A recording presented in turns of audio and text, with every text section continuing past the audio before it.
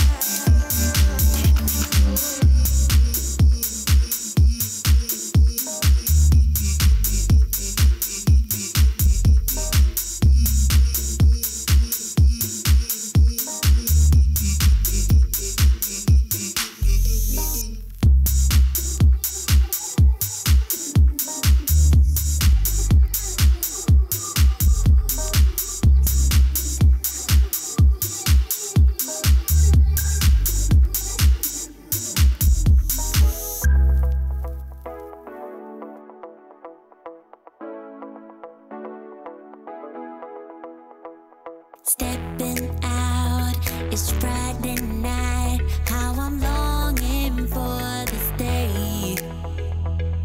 Yes, I'm single, oh, we want to mingle, and my friends are on the way. You got that good, good vibe. I want to spend some time back here with you. Oh, oh, I got that good old times. You want to spend some time back here with me. Oh, oh, and time after time I am wondering who is she to me. I'm gonna tell you right now, 'cause she's the one I'm thinking of. Hey, the only one I'm thinking of. Hey, she's everything I'm dreaming of. Hey, the one that I can live without. Oh, that smile makes me tripping out. I wanna dance with you tonight. Yeah, you close to me, feeling good. I believe I gotta have you in my life. You got that good, good vibe. I want to spend some time back here with you. Oh, I got this good old times. You want to spend some time back here with me. Oh, oh, and time after time I am wondering who is she to me. I'm gonna tell you right now, 'cause she's the one I'm thinking of. Hey, the only one I'm thinking of. Hey, she's everything I'm dreaming of. Hey, the one that I can live without. She's the one I'm thinking of. Hey, the only one I'm thinking of. Hey, she's everything I'm dreaming of.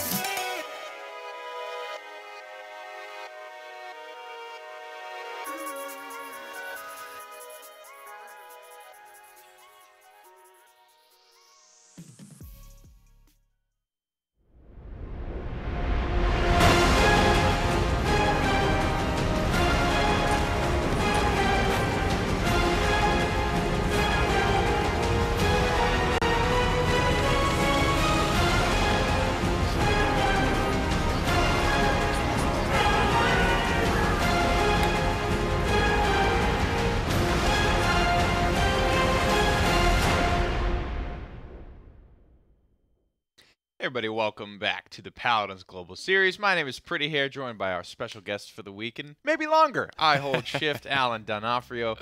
How you doing, buddy? Doing good, man. I'm feeling really fresh today. I don't know what Me it too. is. Sometimes you just like wake up not just on the right side of the bed, but like the right side of the room. Yeah, and you perfect period it just in feels your good. rhythm in your sleep cycle. Feeling Good. saucy. You just want to get up and you want to tackle. Let's do it. Let's do it. I always get a little sad when I see Kate up on that video now that he's gone, but No. as they say, it's better to have loved and lost than to never have loved at all. That's what I guys want you to internalize today as we get into the CIS action. Let's head to the standings. That's going to be the first region that we tackle up on the docket for us today.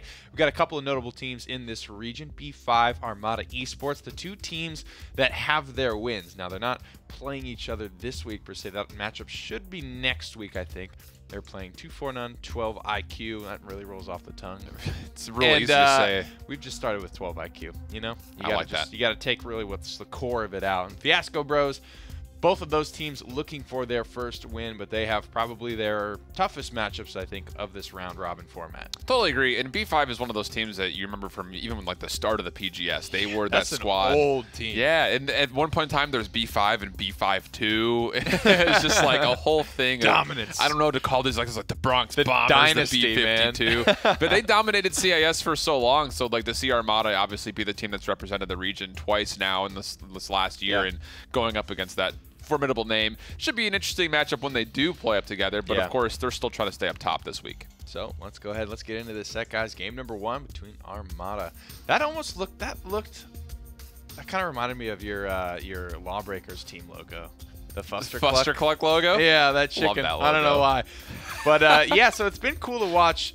Obviously, we had a lot of those guys from Armada get called up to Virtus Pro. Yeah. And that's why Armada became a thing, right? Now the roster has changed again, as it will, probably. As you do. As you do, as is tradition with Virtus Pro.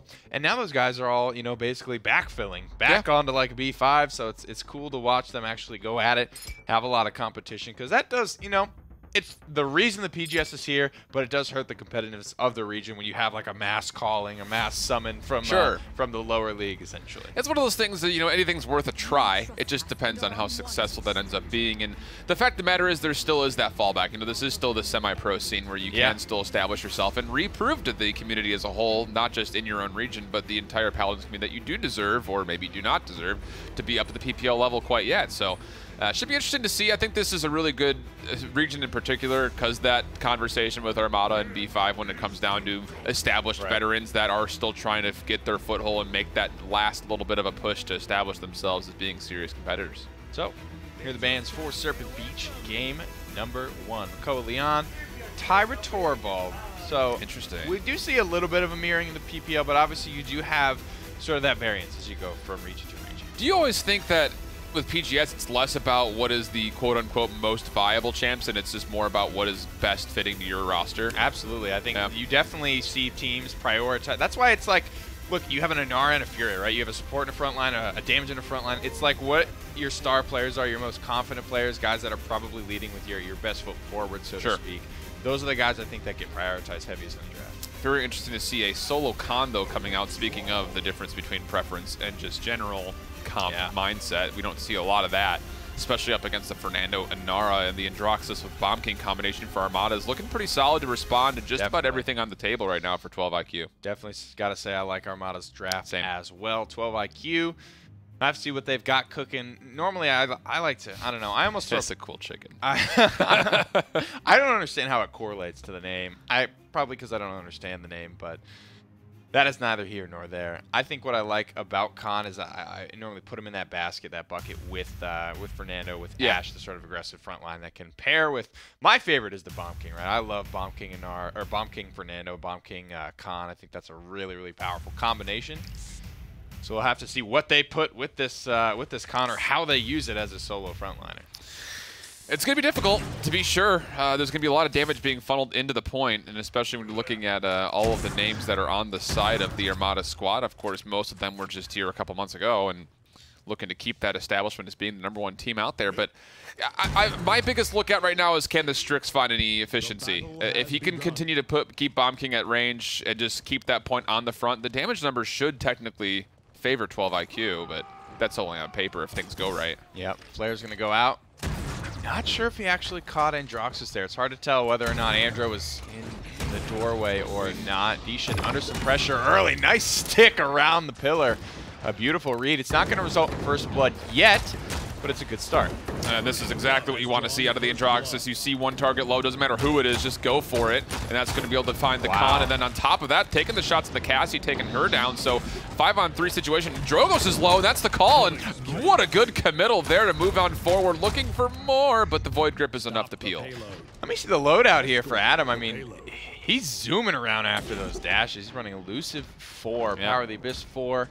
And then a nice little 3-2-2 balance beyond that. Way more sleight of hand, I think, than we're actually used to seeing at level 3. Yeah, usually it's level 1. That's usually the card you look at and say, I can get by with just having one of these, or maybe 2, if depending on what you put your Seething Hatred at. But it's interesting to be sure, and it's working out, at least so far, up until then, at least. And now we go over to the other hit scan, and that's going to be on Daishin Strix, who has... He only hit one of the 4 to start off, but it seems to be warming up just a tad bit now. I mean, I see that death from Adam, and I say, that's a heat check. Yep. You know, he's starting to get rolling. I think, you know, you got to figure out where that line is today, and it's pushing the Drogos at 1-shot HP. Quick 1-tap from Parak, and he's able to take him down. Fire Spit could be good for a kill here, but the Bomb King just backsteps it.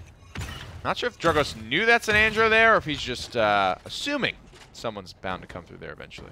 I like it. Just throw out a little bit of zoning just in case. We never know. Kind of feels like when I've played Drogos, like I'm just gonna take shots and just hope that one of them connect. Yeah. I don't know what it is, but Androxus is actually being, whoa, okay, just later, dude. A lot of patience from this Andro. I mean, you know where the Drogos is, but he's not making a go. It's just kind of waiting. It looks to be his first front lines to move up. It looked like it was about to be time. Yeah. But then an R gets yeeted off the map. And he's just like, all right, never mind. Still mounted. Hey, I'll be here. Still mounted, I'll be here for you. Now I would like to see him put some pressure on you. Go up there. You had a good start to the game. You know, why not? The Inflame comes out. That'll be enough to get the go call, and we'll take down the Drogos, which is the priority target for Androxus. Now it's Fernando and Androxus taking a look at Dyrus on this Khan. Again, that solo front line has continued to be one of the big targets. And again, why not? If you've got the double front, keep yourself in that advantage and keep winning the battle up front. Ineffable picked up a pretty big kill there. And now there's a lot of pressure on the back line just to keep the boys in their spawn door. Ineffable whiffing a couple and then connects 2, and that's all you need at the end of the day from the King. 20 seconds on the clock. Payload coming down the home stretch. 2 frontliners with ultimates coming through. This is looking pretty good for Armada if they want it. And I don't know if you need to commit quite yet because there are a lot of low health pulls. If you can find, I would say that kill on the Khan, if you can get it, it should be a pretty easy push, and it will be. And yeah, for me, you know, I look at this game for Armada saying, you know, they had a pretty decent showing when they came out in the summer, especially from Ineffable. He had a really good tournament, to be completely candid. And you kind of look at these moments with Adam now being on the roster and saying, all right, we've got another weapon in the roster, but can we continue as a team to assert our dominance? And to be honest, there were a lot of just really hesitant moments that I would have liked to see them kind of just push and flex and just use those execute calls just a little bit better. It just felt really passive for a little bit longer than maybe it should against the team that they're playing up against. Pretty decent round, I think, just defensively from 12 IQ overall. They did not get rolled over, right? That was about to be in overtime. At the end of the day, it is still going to be 0-2.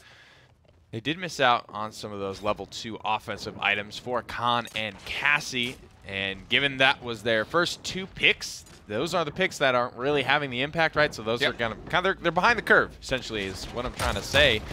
And that never bodes well for you. It's tough, though, too, for both of those aforementioned picks, simply because you want to know that there's some kind of establishment right in front of you, and it's tough as a solo economy. Look, everyone's just pushing right forward. No one cares that Khan is there. What is he going to do to shrug you off? The answer is essentially nothing, which is, you know, why, like, Barrick he's squishy as a solo frontline, but he makes it work because of his ability to get that bowling ball and the rocket boot synergy going. He has that survivability with Barricade. Khan just does not provide the same kind of bonuses. Right. Be interested to see how many deaths he's tallied so far. It has to be close to about 6, if not more. Just a 4, but still, 0, 4, and 3. I mean, what participation are you getting at this point in time? You wonder if there wasn't a better pick in the available. Ooh. If those shots were connecting consistently, I mean, that flank falls flat on its face, but that had potential to really be big there. Triple kill for Adam, potentially, if he was connecting. Ultimates are down. That's because the payload is captured for Armada Esports. They've got potentially one round here before they do it all, and Riga just has to fall back now and get stick under pressure. Pressure from all sides. And the Inflame is popped, so it's not going to be stopping it anytime soon. Yeah, I like that call. Just Inflame, move forward, try to get some extra damage done. You've got an advantage. You already had a couple of ultimates pop, but at the same point, you should know that you had a pretty much similar economy in the ultimate category as 12 IQ did. And oh, yeah. all it took was one ultimate, finds almost a full team wipe there, and they still have 2 more to go to finish off this payload push. Really smart use of the Inflame there. I like that a lot. Yeah, great stuff there from Furia and Fernando as well. You got to say, pretty smart flank. Ignores the con, goes to the back line, grabs the Cassie. Here comes the overpower, though. It's going to look like a guaranteed kill, dunking him in the spawn door just for good measure. But all this is taking time. Time away from the payload. The payload is now just inches away from its conversion point. You could see the front fender basically over the finish line, and with a minute remaining, you have to say Armada is going to have what it takes to get it there. And they got plenty of ultimates still, too. A lot of initiative ultimates. They've got the Seismic Crash that could combo with the King Bomb. You also have the Accursed Arm. The Immortal's not too far off. I mean, there's a lot of things in the tank. Meanwhile, for 12 IQ, it's just a flashbang, which will be annoying for about a second and then not really matter. Here comes the Seismic Crash. It will connect on to Khan, who will be focused out first and foremost. Good prioritization once again. That opens the door wide open. I don't know what Cassie's going to be able to get done from that angle, to be honest. They're just trying to chip away at these front lines, who are very healthy. They were, at least. The Immortal has to be popped to keep them alive.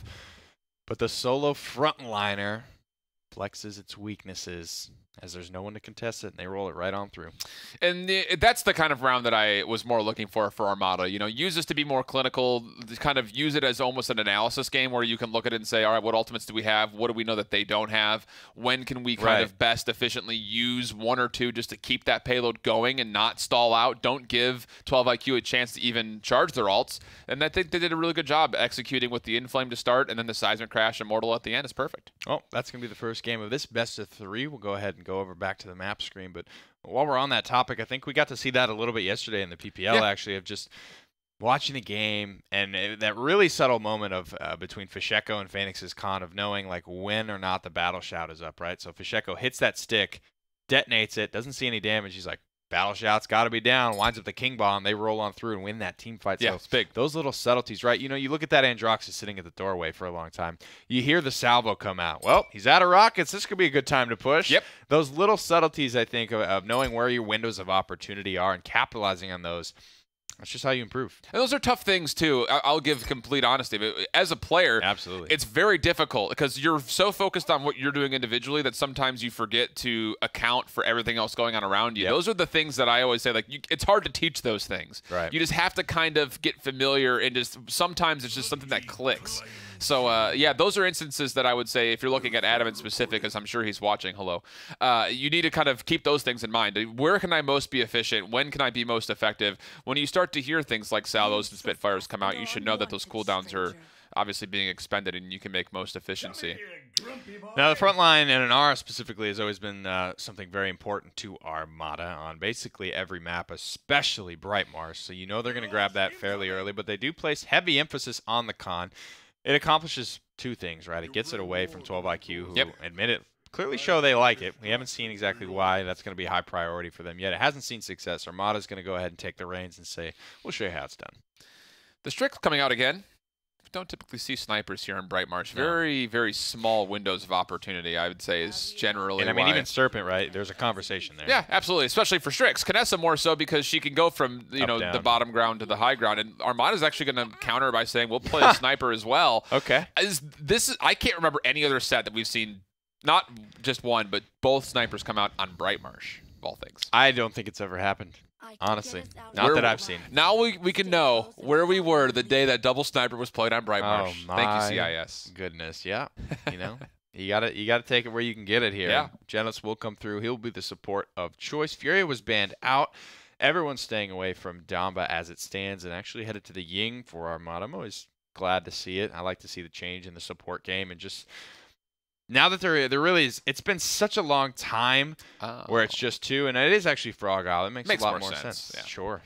I was about to say Bright Marsh is this bold call, Killer Cotton. Yeah. See how it works out for him. And this, I think, for Armada is an interesting balance of long range versus you've got that Bomb King Khan that I think is just going to bulldoze up the stairs. Whereas 12 IQ, you know, they do have that very immobile backline with the Strix and the Victor. This is the thing, you know, when you look at the double frontline comps that we're seeing traditionally today, it's always set up, you know, with a main tank and an off tank. And you hit it just on the head. When you were talking about Bomb King Fernando, that's another combination. Those two just run together. Bomb King throws out free damage. Fernando punishes by sprinting forward. In this case, it's going to be Khan moving forward, battle shouting up the Bomb King. That's scary. It's very scary. And then meanwhile, Ying can sit back and just have to worry about Inara and has to only worry about the Kinessa. This is a really, really succinct draft for Armada. It's just really good knowledge. This is one of the things they brought to the Summer Masters, and one thing that I hope they continue to grow with as they try to look forward to possibly HRX. So we'll have to see. I mean, for all intents and purposes, 12 IQ have that sort of same...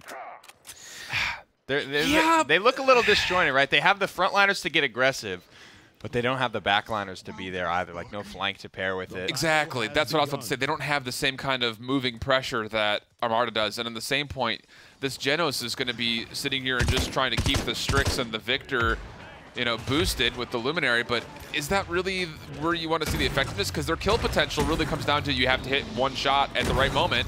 And so far, actually, Dishin actually hitting a couple of really nice ones there, and ooh, even more so. Good, and this is good, you know, we haven't talked much about 12 IQ, but this is good target prioritization from Dishin. Knowing that someone's getting pushed in the left, change your focus, although Direct does get Commander's Grab, and that will result in first blood from Correal. I gotta be honest, it just felt like a matter of time there. Yeah. That's such a really, you know, deadly combination to put over on your stairs. Correal narrowly, I think, escapes with his life when it's all said and done. Ash dives headlong into a situation she shall not return from. Correal. You don't very often see Commanders grab flip kills. That is not a really big toss, and it's very hard to get a kill with it. Correal out. Might be on his way out here, floating right at about 100 HP, but Ying, big burst healing with the clones already set up as he comes around the corner. And you know, that's the other conversation when it comes to Ying, and something that obviously we haven't seen in goodness. When was the last time we saw Ying competitively? It had to be almost 2 years ago. Oh, almost went off the map again. And that's something that teams are, especially at the lower levels, are going to have to be aware of, that it is more important to get rid of the illusions and things like turrets and mortars field than sometimes attacking the actual opponents that you're playing up against. You know, I had a moment yesterday where I was just watching two Ying illusions go ham in a fight, and I'm like, gotta get rid of them. You know, I can't fault them because I wouldn't be shooting those things. Yeah. I wouldn't be wasting my time with that, but you know, it's very important. It's such a big part of her healing. Has to happen. And it's like one of those things too that like every now and again we'll see, it's just like where Adam on Androxus, for instance, he's just sitting around a corner just waiting, just biding his time, and like in games, like I don't have the patience to do that. But you sometimes have to, and those are little learning moments that can really elevate your gameplay, especially when a team environment. Ancient Rage now coming out though, Nick, and this has to happen if you want to sustain this defense. But meanwhile, everyone's dying around you. Just playing peekaboo around the shield, you're right, goes in, gets the kill, gets the grab at least onto the Bomb King. Here comes the flashbang, but heading straight to the back line. Couple of missed shots there. Correal punches Dishin right in his mouth and gets it done there. Makoa's gonna try his best, but his Dredge Anchor simply bounces off the CC immune Correal. You know, Armada reminds me a lot of young Space Station when they were Cube Team and stuff like that before they got picked up by Orgs. They have so many pieces of the puzzle already. It just comes down to, can they make the full picture come to life? It's like a Thomas Kincaid or something like that. Like they're trying to like make that happen. And this last summer, they really did show a lot of promise when it came to, again, having all the components needed. It's putting those components together, making them the more efficient combo, and, you know, trying to compete at the highest of levels. And a lot of really great moments so far from these guys. Granted, again, not exactly, I mean, 12 IQ, you can't really compare to like a Fnatic or anything like that, but the fact of the matter is they're playing really succinctly, a lot of synergy, and you know, if they can make sure they're being really critical on themselves, this is a team that really could surprise if they do end up making it through to HRX. Here comes the overpower out on Makoa. He'll be spiked into the tree. Very brutal stuff here from Correal. Honestly, he has been absolutely dominant manhandling people on this con, and that's really the way the character was designed. Yeah. Especially with that skin, too. Absolutely. You're mine, little man. I love it, dude. It's just, it's so in your face. Yeah, he's positioning for another little grab, it looks like here. Playing these edges very nicely. But But obviously, there is a long kind of like wind-up when you're trying to get that Commander's grab off. Double kill, rampaging through. You can see the move speed on elimination here from Zyrak. Hooking the Ying out. Beautiful stuff into the barrage. A little bit of life here at a 12 IQ as they push back. I like it. Very, very good push. Able to make sure you punish. The battle shout again was down, so you know you have got that opening to kind of push forward and force the con back. And fortunately, Quariel is being a little stubborn, and you're able to punish him for it. King Bomb now coming out, at least holding on this danger ledge. Will take down the Makoa. Definitely worth it. Now back onto point, but not able to touch in time. It was close. Oh, I don't know if it would have made a difference, though. Too much damage in the back line there. Yeah, they went down pretty quickly thereafter. It's Victor just playing the corner nicely, getting his heals. Sunset, he'll have the chance to do a little bit of healing now. Coming through on the Genos. Obviously spreading around the damage buff. The Fortress Breaker Ashe. Ashe in general, we saw a little bit of her in the PPL. What were your thoughts on the Fortress Breaker versus the old school battering ram style? It's just, again, it's that off-tank role that I think is going to take a lot of figuring out for a lot of people, because even when the double front was still in, it was the cool thing, the hip thing. It was mostly two big frontliners. We weren't seeing a lot of, especially in the last year, a lot of that off-tank. We weren't seeing Ruckus. We weren't seeing Ashe. We were seeing Khan, yeah, but that was more just to help boost up damage dealers. Now we're seeing these off frontliners as kind of a way to be that no pun intended, that battering ram. And Ashe does bring a lot of damage to the table. It just comes down to, can you find those small windows that are presented and make them huge gaps? Because that's what she does. She finds small holes and turns them into wide pastures if you can efficiently do it. So, I mean, Fortress Breaker, there's a lot of loadout cards around the Siege Shield. Is there a timeline, you think, where Ashe can sort of break off the bonds of the assumed role in 2018? I don't know.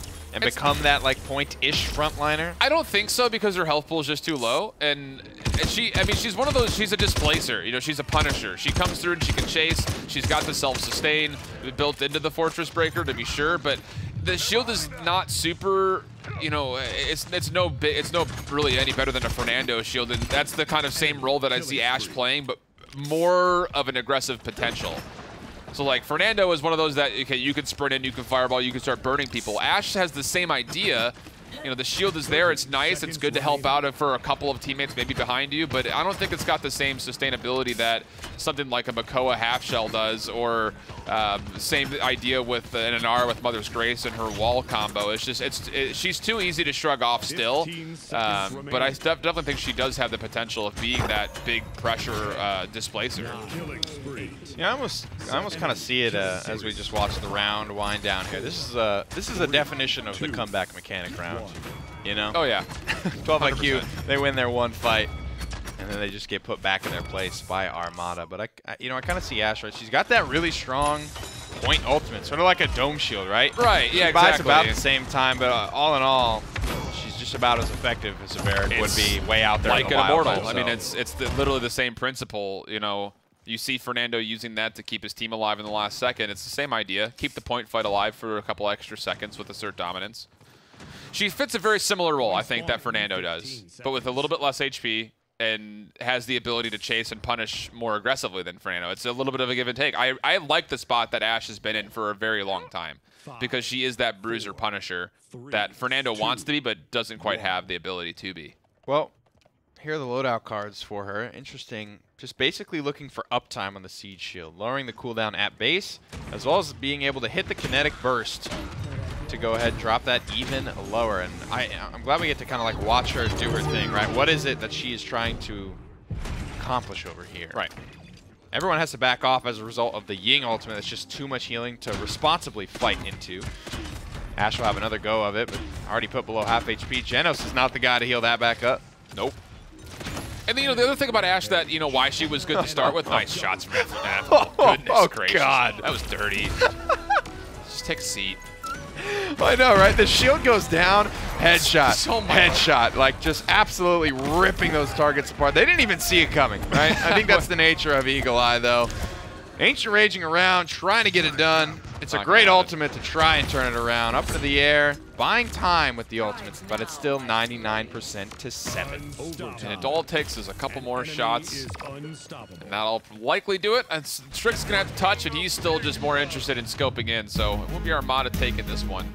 2 maps to none relatively easily. But to kind of finish that point on Ashe, you know, the reason why she really stepped into the viability charts initially was because she was a great applicant of Cauterize, while also making sure that frontliners were not just sitting there behind shields and behind walls like, what's going on, guys? How you doing? Like, it was like almost like World War I for a while. Like, everyone's back in their there trenches. with like their little juice boxes healing up. All right. Like, remember this, it's just very like we're just here hunkering down, and then Ashe came in and said, "You're no longer just going to sit here and just have a good old time on the point."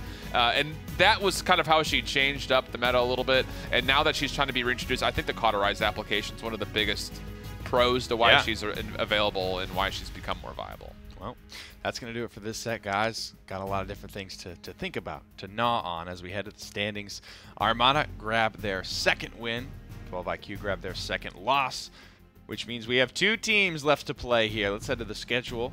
It's going to be B5 and Fiasco Bros squaring off against each other. And like we talked about, this B5 team has grown in relative strength. Synergy is still obviously fresh, but a lot of these guys were pulled up from that original Armada squad, backfilled into the PGS once their stint in the PPL did not end up being successful. So I think we expect them to be dominant today.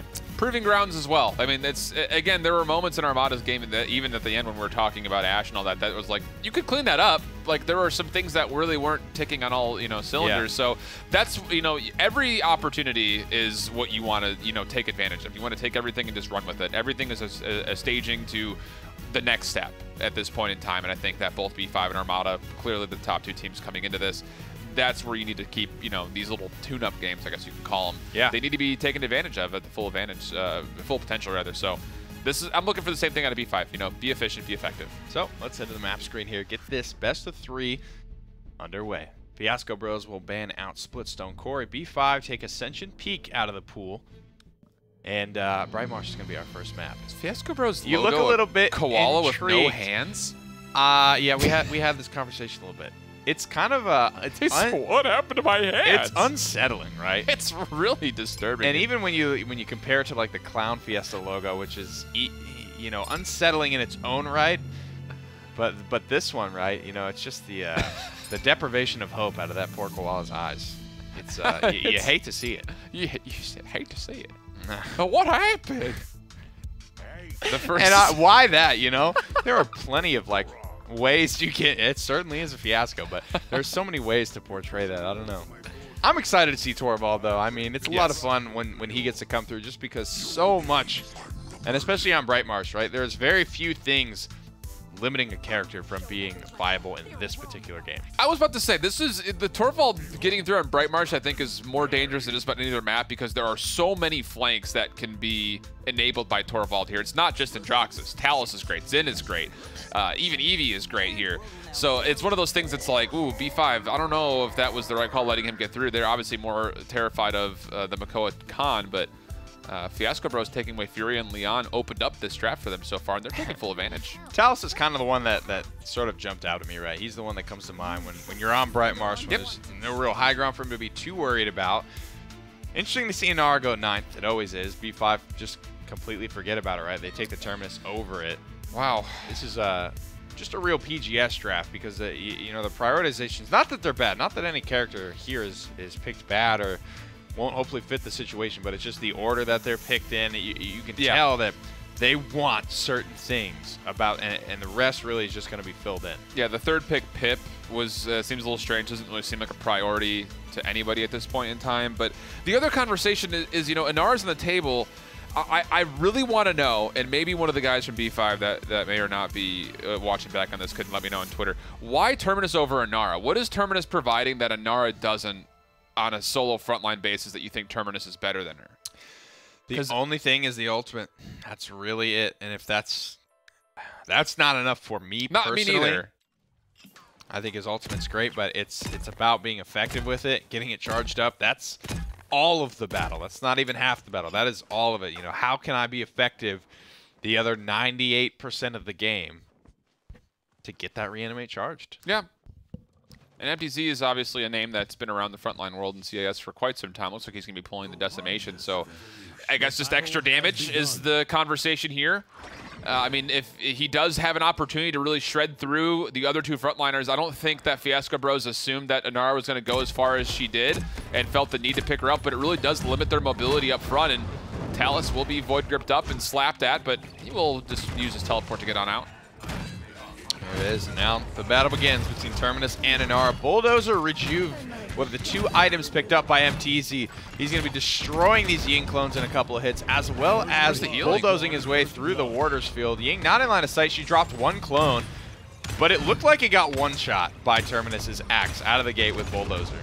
Yeah, if you're Ying, I mean, you have to know where your danger zone is. There's like a certain zone of control that Ying has to have to make sure that you're getting your full effectiveness, and throwing an illusion on the middle of the point against a pip Terminus is just not where you want to see them. You want to see them back around these corners, just outside the point, just where they can hit max range on the Inara, so that way she can put up a wall and come back. But like this illusion right in the middle of the point, there's really no reason that it should stay alive for all that long. For some reason it is. There we go, Pip finally does take it down, but that's not where you want to be putting down your illusions. You want to keep them at max range just about all the time. Or even, I mean, if you got to get him in the room, put him up by the boilers or something. Yeah, up on the ledge. Force these blasters to pick a target, right? Yes. Don't let them cleave down both of them at the same time. Overtime starting for B5 here, and it looks like the dust will settle. Still in their favor. They grab the first payload of the game.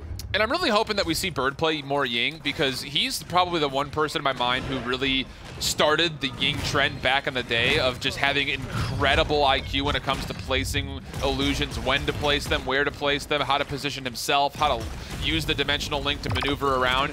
Those things are super important when you start saying, all right, well, the pros are playing Ying, so she must be good, but there's a lot of reasons why. She's still a very difficult healer to make work, and there are those little nuanced points about where to put these illusions that are important. Yeah. I'll never forget, like, one of the first iterations of Esports Weekly that I did, like, 2 years ago. I had to, like, make it and edit it all myself, and it was terrible because I don't know how to do any of that. I basically had this one play of Bird on Ying where he, right as this Drogus is coming around a corner on Jaguar Falls, he just throws out a Ying clone and absorbs a Dragon Punch. And I was like, man, that is like, that's the play. That's like Ying's play to me. Yep. Being clever with those illusions is really how you min-max that character, and it is so difficult to do. Absolutely is. When you compare it to some of the other supports in the game, what you have to do to play Ying well, it's just, I got a lot of respect for it. Look at these 2 illusions right here. One cleave will get through both of them. That's just, again, and to be fair, MTZ, you have to be hitting those. Yeah, it's nice to be hitting at the Inara and slapping her face around a little bit. Hit your shots, kid. You gotta hit your shots, bud. All you gotta do is hold mouse 1. It kind of is, right? I mean, he is cleaving a couple of good targets down here, and that's really what we're talking about, right? Even that Ying alone that we saw at the very end of that clip, even on the top of the stairs is better. Terminus can't get both at the same time, and he's already at the point where he's basically one-shotting the clones.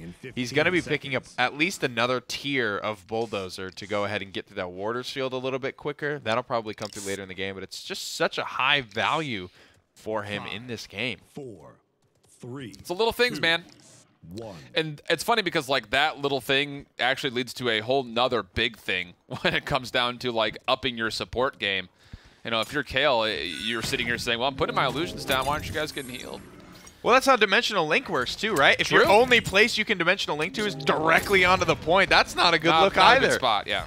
That is not a good look there, and that's the hardest thing for me personally. Ying's a hard character. She is hard. Very difficult character. That's the reason why I've got a handful of friends who are huge Ying fans, and I always yell at them for playing Ying because they're just not good players. It's just like, you're just dying all the time. You're not healing. You're dying all the time. Good ultimate, a lot of throughput. MTZ, Mad Mac.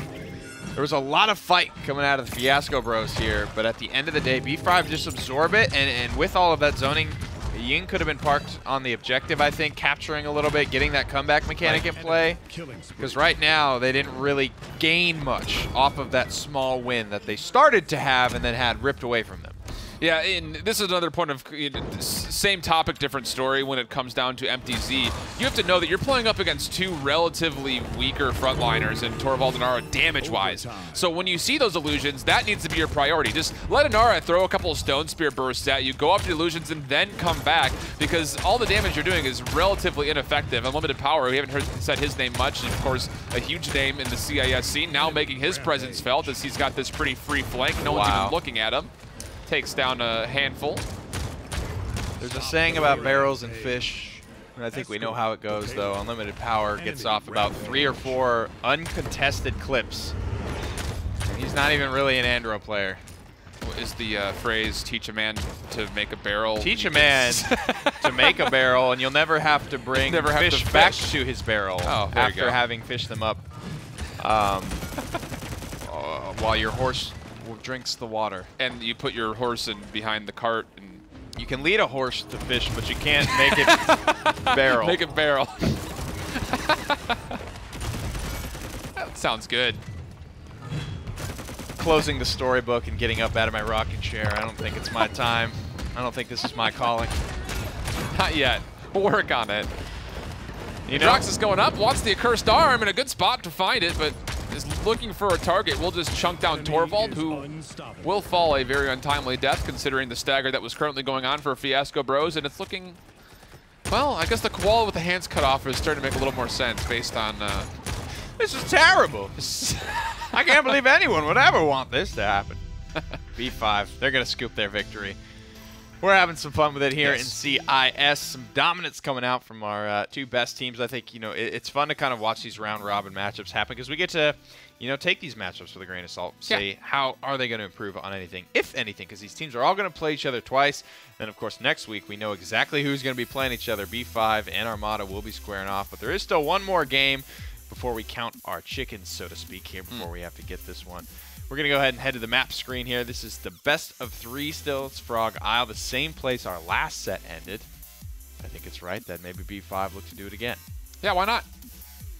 You know, I like doing these PGS games because there are so many opportunities for teaching and just analysis, not only for the players that are playing, but those that are tuning in.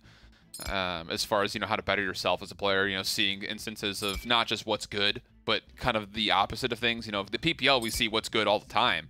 And sometimes you need to see the opposite side of the spectrum just to, you know, wow, no frontliners available. Should be fun.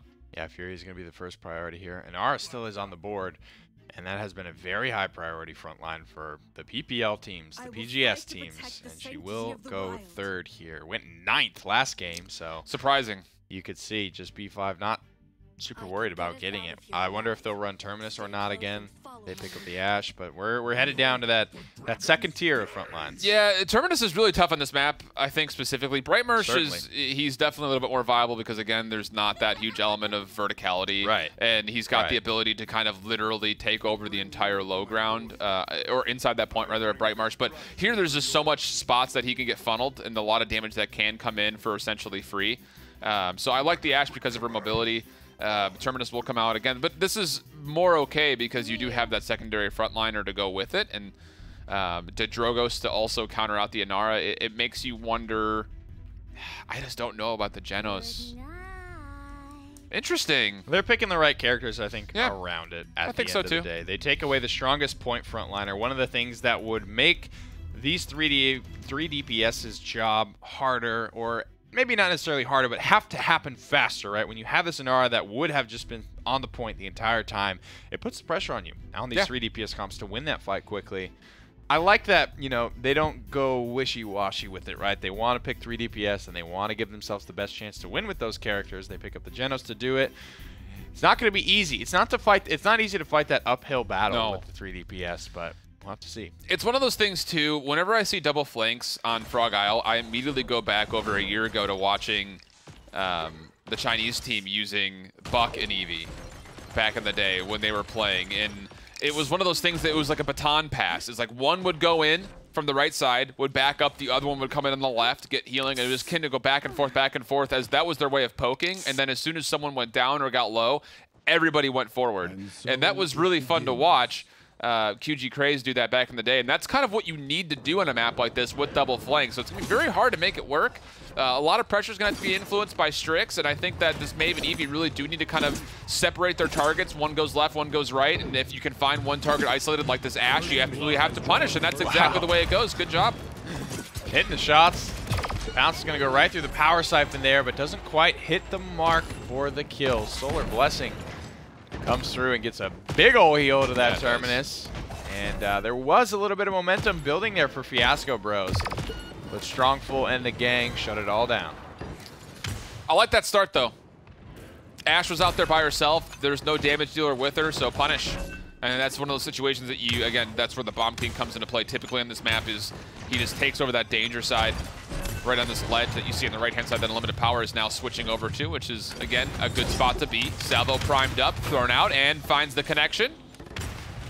Like it. Ooh, tries to get the read on the wormhole as well, but WK is too busy taking down supports in the back line. He does blink back, eventually getting taken down by his arch nemesis, Leon. That looked like some Manifest Destiny there. She sure did. Maybe it was like because we were transitioning to her as we were sliding. Oh, level 5. You're right. It's going to be level 5. I mean, you know, sometimes you get those weird slides, weird Cassie rolls where you're leaving off elevation too, and it just like quadruples the distance. I'll never forget the first time I saw this loadout. It was on Timber Mill, and she basically from the high ground? went up on the high ground and slid all the way to the base of our high ground, and I was just like, what the hell was that? This man is speed hacking in my games. Anyone catch the license plate on that speedster? That's funny. Oh, that's funny. What would Leon's license plate be?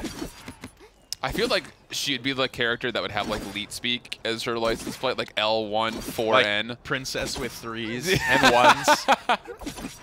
True. PR1NC3SS. I like it. I'm down. Make it happen. And, you know, she is royalty. It's true. She probably can afford that exotic sports car. And get the it done. heiress. I mean, when you have an heirloom rifle, yeah, you just kind of figure that. We should add that. If we can't get an official lore on that, we should come up with like an off lore. Like, on Leon's Paladins Lambo. champions in today's day. That'd be a fun game. That'd be a fun game. What would their license plate be? Their vanity license plate. You know, just think of one for every character in the game. Evie's not old enough to drive. No, but she does fly in a broomstick. She's got like she's the quintessential. She's got like that. Excuse bicycle. me, ma'am. You need a license to fly that broomstick out here. I'm gonna have to see your papers. She's like the quintessential. Has the bicycle with like the frilly trails coming off the handlebars. Yeah. The bell. Big old bell. Yeah. Or the horn, dude. You could either go for the bell or the old honky horn. Oh, that was brilliant enlightenment. Goodness. You love to see that come through despite the ice storm, and that's always the risk you take when you push a Leon. Unless you know the ultimate's down, she is a very risky character to commit big ultimates onto. Very big risk. At the same point, if you're playing the Leon, you kind of have to know where your threshold is to get damage done and also stay alive. Yeah, what does 1600 HP look like on a lot of different health bars, right? Terminus, Drogos, they all have different size health bars. The little tick marks are all a little bit different, so knowing where you're at, where you stand, is very important. All right, we're seeing that with that, you know, that Street Justice build, right? You have to know where that 35% line is nowadays. The first thing we saw was Maeve not knowing where that line was, dumping both pounces when it was too high of HP and not getting the job done. This defense is looking pretty good, though. Speaking of, as Maeve has got herself really tall line of sight, able to help out with Drogos. And Unlimited Power, he's been a little bit quiet, I think. I mean, it's hard to be loud when Strongful's doing this. But at the same point, it's one of those things that you kind of assume that Drogos would have more of an impact here. You get to think that Choo-Choo on the back end with the Strix is keeping him at bay. Yeah, he is. 31,000 damage. Doing good. And UP, he's a guy that has had to play a lot in his day. All kinds of stuff asked of him. He's been one of the more flexible guys, I think, in the region for a while now, right? Yeah. Played a decent amount of Eevee, I think, back in the day. That's like the combination that pops into my head. But 5, 4, Eevee, she's on the enemy team this time around. We'll have to do her best to fight that off. And there's so much movement, right? Playing Drogos into these 3 DPS squads can be difficult, especially when combustible is the way it goes, right? There's nobody really stacked up in the back line. His best bet is to maybe try and hit this Strix and Genos because they're grouped up. Okay. Kale able to find himself a double kill out to the back end of the time and space. What? Space! A lot of space gained. Look at that. Look at Ashe. I mean, she's the entire enemy team. And that's... It's preoccupied. They didn't accomplish anything with that. Yeah. How do you get a double time and space and nothing happens? That's tough, too. I mean, the Dragon Punch takes down the Inara. Who's going to stand on point? You know, that's the other conversation if you're looking at Fiasco, bro. It's good. It's Ice Storm being used, though. I guess I'm just taking the fight. I'm trying to, you know, press my numbers try to push forward. advantage with all of my Nice. damage dealers that I've drafted. Nice couple of shots here from Evie up over the top. Back to the objective now. She's got to turn her sights. Furia, the next on the hit list here. We'll have to see how she weathers the storm. And you get that connection from range, but then nothing else to follow it up. Meanwhile, some stone-on-stone action happening on the point. That battle in the trenches that no one really cares to watch because why would you? Terminus won. Terminus won. As you do. He's got the teammates around him supporting him 1-to-1. 72% on the objective now for B5. Terminus held reanimate through all of that as well. That's big. Pretty impressive trigger discipline there from MTZ, and just the forethought, or the foresight rather, to see and know exactly what's going to happen. Can we take this back without my ultimate? Because like we were saying, it's a very slow, not only is it a slow charging ultimate, but Terminus is not a guy that gets a lot of effective poke damage out very easily. Not so often. The decimation obviously helps that cause, but sometimes that's not the best case and the best scenario to do it. And he will be taken down this time, traded away by the Inara, but Ashe again still being a battering ram in the background. Ooh, midair shot actually connects. Not enough to help out get the kill, but still impressive nonetheless. Absolutely. No way he gets out of it. My goodness. Gets spiked down by the daggers from Yorlock Spirit. And the defense here will continue to hold. I'm not positive, obviously, but I would assume Frog Isle was Fiasco Bros map selection here because they're looking much better, stronger on these defenses at the very least. Got pretty close to getting some offensive momentum going there, but it's just tough too because you're trying to look from Fiasco Bros like what's going wrong when it comes to those point fights. The Inara is doing a pretty decent job of staying alive. It just comes down to I hate to say this, the mechanics of B5 are just superior, but they are at the moment. Especially when it comes to the Leon, she's able to deal with Maeve and Evie a little bit better than most other characters are. So it's just becoming a little bit more difficult. I'd say just about any character in the cast, honestly. Yeah. You know, it's so much. You know, your two auto-aim abilities are going to be about half of the HP pool of both of those characters. Oh, and especially when you're talking about characters that you're basing your survivability off of your mobility, and you're going to try to, you know, hope and you're praying that essentially that you're going to get that extra bit of health and effectiveness because people are missing shots because you are so fast. But when you have two abilities that don't miss, it's hard to miss. It's hard to miss. Hey, people have done it. You could break line of sight after firing the ability, and then technically you've missed. There it is. Cuckoo comes through with a nice little 1200 Talon rifle shot. Payload's getting close, but again, the Fiasco Bros are just winning fights. They're getting kills. They're getting picks every single time it comes down to clutch. And UP's in a really interesting spot here as far as, you know, what his role is. You can see him, he's dancing back and forth, not really sure where to go for, who to aim at. He has to worry about so many different things, the Maeve, the Strix, and again, yeah, the Strix does punish, and again, we haven't seen a lot of him, but the fact of the matter is he's second in the damage chart, so he's doing something right. Solar Blessing, not enough to keep either of these front lines up. Support goes down, Strongful falls as well. Closer and closer, Fiasco Bros are inching to a victory in one of these fights. 10 minutes on the clock, so a rather lengthy couple of rounds here between the two of them, and now we'll have to say if Fiasco Bros can get it done. Really good play. Yeah, fortunate as well that the Ice Storm was going from right to left there, because if it were to go from top to bottom, that little damage over time it provides would likely have finished the job, but regardless, still a really good play.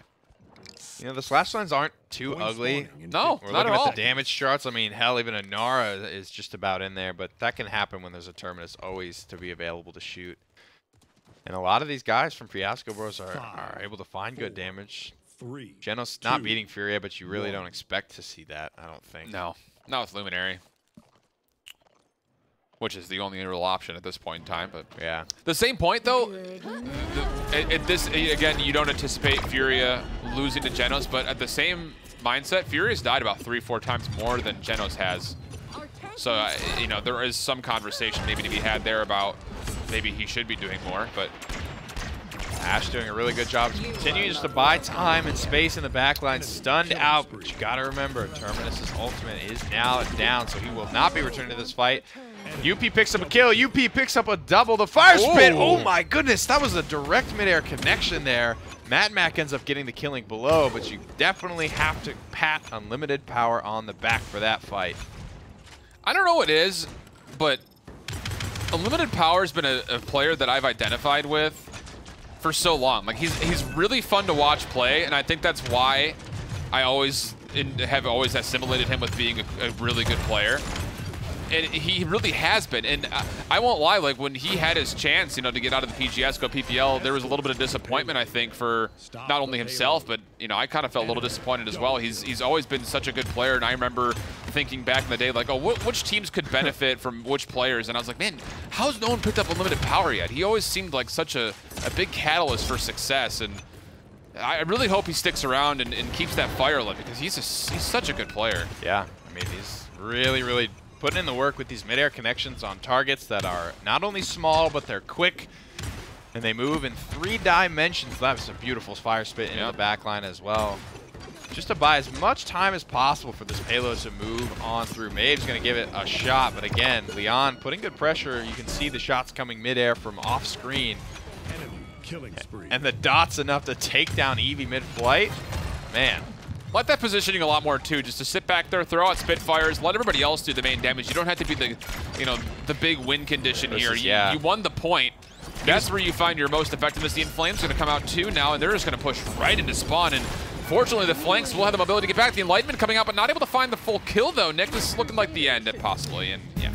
And as Eevee falls, so do the hopes for redemption. Their B5 grab their second victory, albeit it takes them about an additional 6 or 7 minutes to do so there. So a good fight definitely put up by Fiasco Bros there, but that does conclude this set, does conclude the CIS portion of today's PGS broadcast. We are going to be doing Latin America a little bit later, but before we do that, we're going to go ahead and head to the standings, talk a little bit about what transpired here today. We saw B5 and Armada grab their wins, second losses for 12 IQ and Fiasco Bros.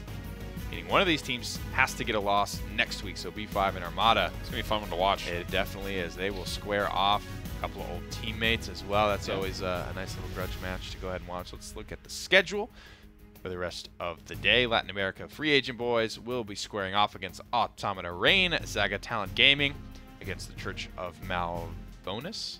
Iglesia de Malvonas. That's why we got him here. That was like Italian, though. I don't know. I think you did fine. You certainly did better than I did with that one. And, you know, you got to give credit where credit is due, guys. Thank you so much for tuning into the first half of the PGS. We're going to take a quick break. We'll be back with Latin America.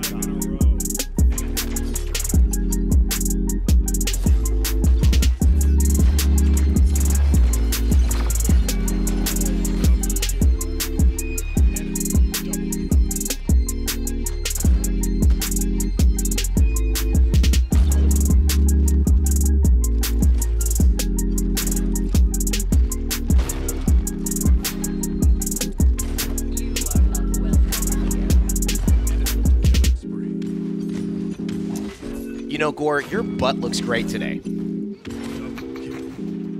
Oh, are we live? Oh, God. Oh, no. I didn't know. I thought we were. I thought we were just coming in. Sorry about that. They cut You before didn't the hear singing, anything. Yeah. but on after. Yeah. The singing was great. Yeah. It was phenomenal. There was a lot of energy. Welcome back, ladies and gentlemen. We've got a big-time show for you today. You just saw CIS, and it's LATAM coming up. Gore, how do you feel? Feeling pretty good. Yeah. I'm excited to see. We get free agent boys right off the bat. Ready to go. Is Akate here? Is he not? That's the question of the year. Sure is. You looking at me to answer? I don't know. I don't know. I mean, have maybe no you'll idea. know. I have no idea. Let's take a look at the standings here. I told you it was going to be a wild one. It's a Friday. It's going to be a wacky one here. So it's Latin America. Obviously, CIS just went down. Zacatala Gaming, free agent boys, they are the ones with the leads currently here in this region. And Church of Malvonas and Automata Rain, they're going to do their best to try to find an answer today. We usually don't see it happen, but because of the way the Global Series has been positioned, I think it's actually given us a chance. I was trying to put Why on are a you serious smirking at me? I was trying to put on a serious face, I swear. You know, I think we should just go to the set as fast as possible because I know Gore is. Look at this. He's just trying so hard. It's not going to work out. It's difficult. It's like a puppy with a bone. We gave him an idea that he liked this morning, and he's just not let it go. And he can't take life seriously anymore. And it's not even going to happen. I don't know why. Like, I don't know what it is. I'm so excited about Yeah, it. he's so excited. I'm so excited about this thing that's going to fall through. There's no way it actually gets followed up on past the conversation we had. Oh, yeah, there's no way. And No. once this broadcast ends, it's gone. I hope it does. We'll see. Automata Rain and Free Agent Boys. This is really the question mark They're fab. for all of us. They are fab. Like the Fab Five. We were talking a little bit about Queer Eye and Netflix. We had a conversation about reality TV earlier on. And it's going to be the Buck Band, which is strange. We haven't seen Buck really even be relevant or in this kind of fall split. And it's just, he had a lot of damage reduction. Then they nerfed his damage reduction. So he takes a lot more damage when he jumps in. He has a lot less survivability. And that was always the big problem. He was a big ban, a big pick, because he would jump into your face. He would get a kill onto you and your friend and his friend. That's right. And then he might be kind of damaged. He'd have some cuts. Yeah. And then he'd just heal himself right back up. The thing is, you know, he breaks the rules. And any champion that breaks the rules where I'm applying all this anti-heal to you, but you somehow, it doesn't matter. Yeah. Those are the champions that usually you'll see in the high-level competitive. And that's what the cards tend to tell you more so than anything. Some have it in their abilities, but a lot of times it is the loadouts, which is why you need to pay attention, and that's why you need to have that in the back of your mind. Cassie, Fernando, and Inara. Inara, one of the front lines that kind of breaks the rules a little bit with some of that rejuvenate innate in her abilities. And Cassie definitely with the anti-heal and the blast shot kinetics. But we've seen a lot of Just Breathe lately as well. As well as Androx is coming through. No Torvald ban, but also no Torvald pick with the way things are going. So I'm curious. Well, we see it here. Is this is just, again, something that wasn't necessarily insanely prioritized. Androxus, who has risen to the top just because everyone remembered he existed. You know, it's really a Sadak and Puleole thing. I mean, at this point, I think you're just looking at Sadak feeling comfortable on the Ruckus and having that in the lineup. They work with it so well. I think this is interesting. Torv not picked, not banned. We saw that yesterday in Fnatic versus Navi of all places with Khan. And then all of a sudden, Game 3, Khan is the most important champion. And, you know, it's so interesting how these teams kind of have these strategies. And it's usually in Game 1, usually in Game 2, where they have a set idea, they know what they're going for, and sometimes a top-tier champion just doesn't fit, and then they're just miraculously untouched. Khan yesterday was pretty ridiculous, I think is the best way to describe him. Whereas here, I expect Sadak, who is just a notable Ruckus player, to give us some very good performances, something that you could use maybe to understand why he's getting picked up, because a lot of teams have been focusing on him, and I think yesterday we had been talking about, you know, not being sold on Tyra, not being really sold on the Ruckus. Like, why is everyone going back? This is the kind of team that will sell you on Ruckus. It is, and let's take a look at the loadout as well to see how he's augmenting that, because that is something that's important for Ruckus players. We talked about champions that maybe don't utilize that as much. Still Crystal Capacitor. And still Dampener, actually. And this is actually a card that's probably risen in value. Extended Magazine's not something that we necessarily see all the time, but decent value as well. Refraction is going to give him some cooldown reduction. Usually one of the cards you see at 3 or 5 in a loadout. But really Dampener. Why is that? Why is that brought up, Gore? It's because Ruckus had 4,500 health at base, and now he's only got 4,000. And that was one of the things that really brought him out of the meta when he was top dog. If I remember correctly, Sadak was one of the first people I think I've seen run Dampener. I think originally he was running around level 4, but it's just being able to prioritize that health, having that little bit of extra. I mean, 750 is a lot of health at the top end, plus you have all your rockets already. You're not really worried about that. Your damage numbers and your survivability go out the roof. Yeah. And that is what enables him to train, and as we've seen, there is no Hecate, so helping some of these other players that come into this team and have that success. And you know, one of the best parts about it is seeing it succeed when a champion is not really mentioned. We've seen Bittner run it. We've seen, I think, a little bit of, I think maybe, obviously Na'Vi has a ruckus in the ballpark with Phoenix, but it's one of those things that in Latin America, they've really stayed with and chosen this is a champion that the top team is almost always using, always available, always have to be worried about. And that'll change the meta. As of right now, it does kind of feel, I don't want to say like they're playing against the meta, because everything that you see in this game is something that we've seen. And this is actually something Shift and I were talking about during some of the off time on the desk. Meta feels like such a weird term to use in Paladins right now, because pretty much everyone, save for Skye, is viable.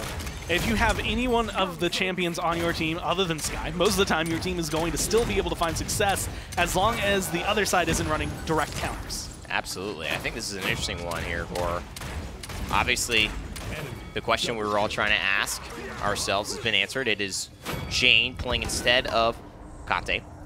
And you're also seeing a pause here from I Got Your Red Pixel. Why maybe something falling apart on their end? Just going to get right back into game as soon as we can.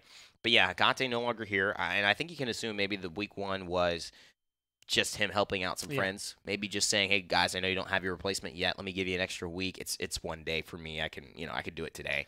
And I think maybe this is the journey for Fab now, free agent boys. Where do they go from here? How does Jane show up today? I mean, we're going to be looking at him quite massively in this set. Again, you have shoes to fill, and like they're size 13s, you wear size 8. Yeah. You know, you have to step up. Need a couple extra socks. That next level of player, and that's really the big question: is are free agent boys going to be the same level of team that they have in the past? We were talking about if they can make it to land, if they are first out of this region, do they even have the same chance that we've given them in the past, where they're the team that's going to come to semifinals up against Na'Vi? Are they the team that we look at, or is that all now on SSG? Oh, what a bait here from Sadat. Great questions to answer. I don't know if we'll get these answers Definitely not today. right now, but all good things to think about, especially if you're a supporter of the Latin American stars here. But still, so much of this team, Sadak, Ule, Crimson. I mean, that is a core if I've ever seen it. And we saw the transition NIP made, or excuse me, Virtus Pro made, at being a lot more solid than we've seen them before with Elven Path, Perdo, and Cheapo. When you have this core, and especially I think when the core is the front line and the supports, and not just one front line, but your flex, your front line and a support, like Pulele, Sadak, and Crimson are, I think it just opens up so much more comfortable. I almost went to the word, the comfortability, but the just a comfortable space for Nox and Jane to play out of. And this is one of those, like you said, it's very core-esque, because it's not, oh, well, we need you to play damage. Like, everyone in Paladins loves playing damage. Like, every single player loves to be able to get that one damage game in. Everyone knows Cassie. Everyone knows Leon.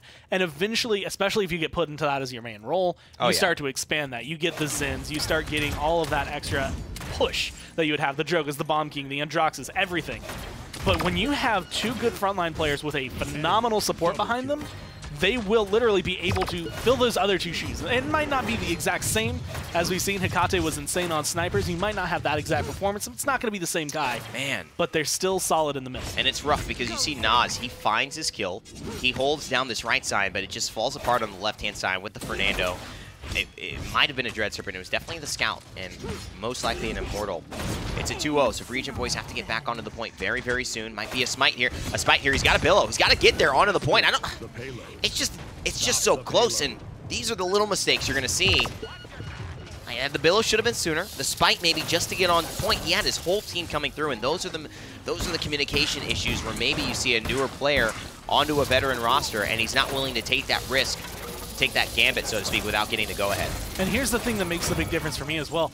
That was an Inflame Bomb. Like, he had the mobility. He had the ability.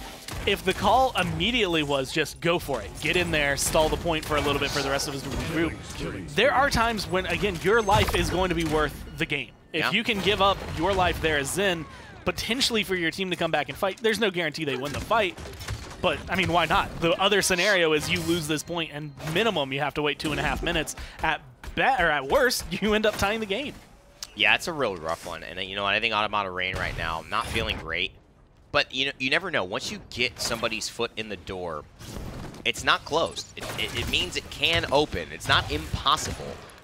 They might be able to get through, so you can't just take your eye off the ball. You know you've got a good foothold here. You know that Nas on the Zen is going to be a monster to deal with, especially when he can get in the back line and distract.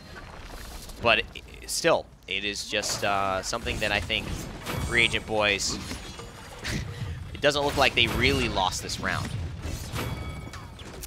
I still feel like they could have brought in a much better name than just Free Agent Boys.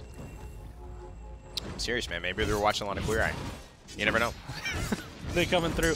I'm curious. This is one of the teams, I mean, originally, I guess in its original form, I was saying would be one worthwhile for an org to potentially move, try and come through. I mean, you're looking at like Splice if you're looking for a new team, and you're like, you know what, we can afford it. Yeah.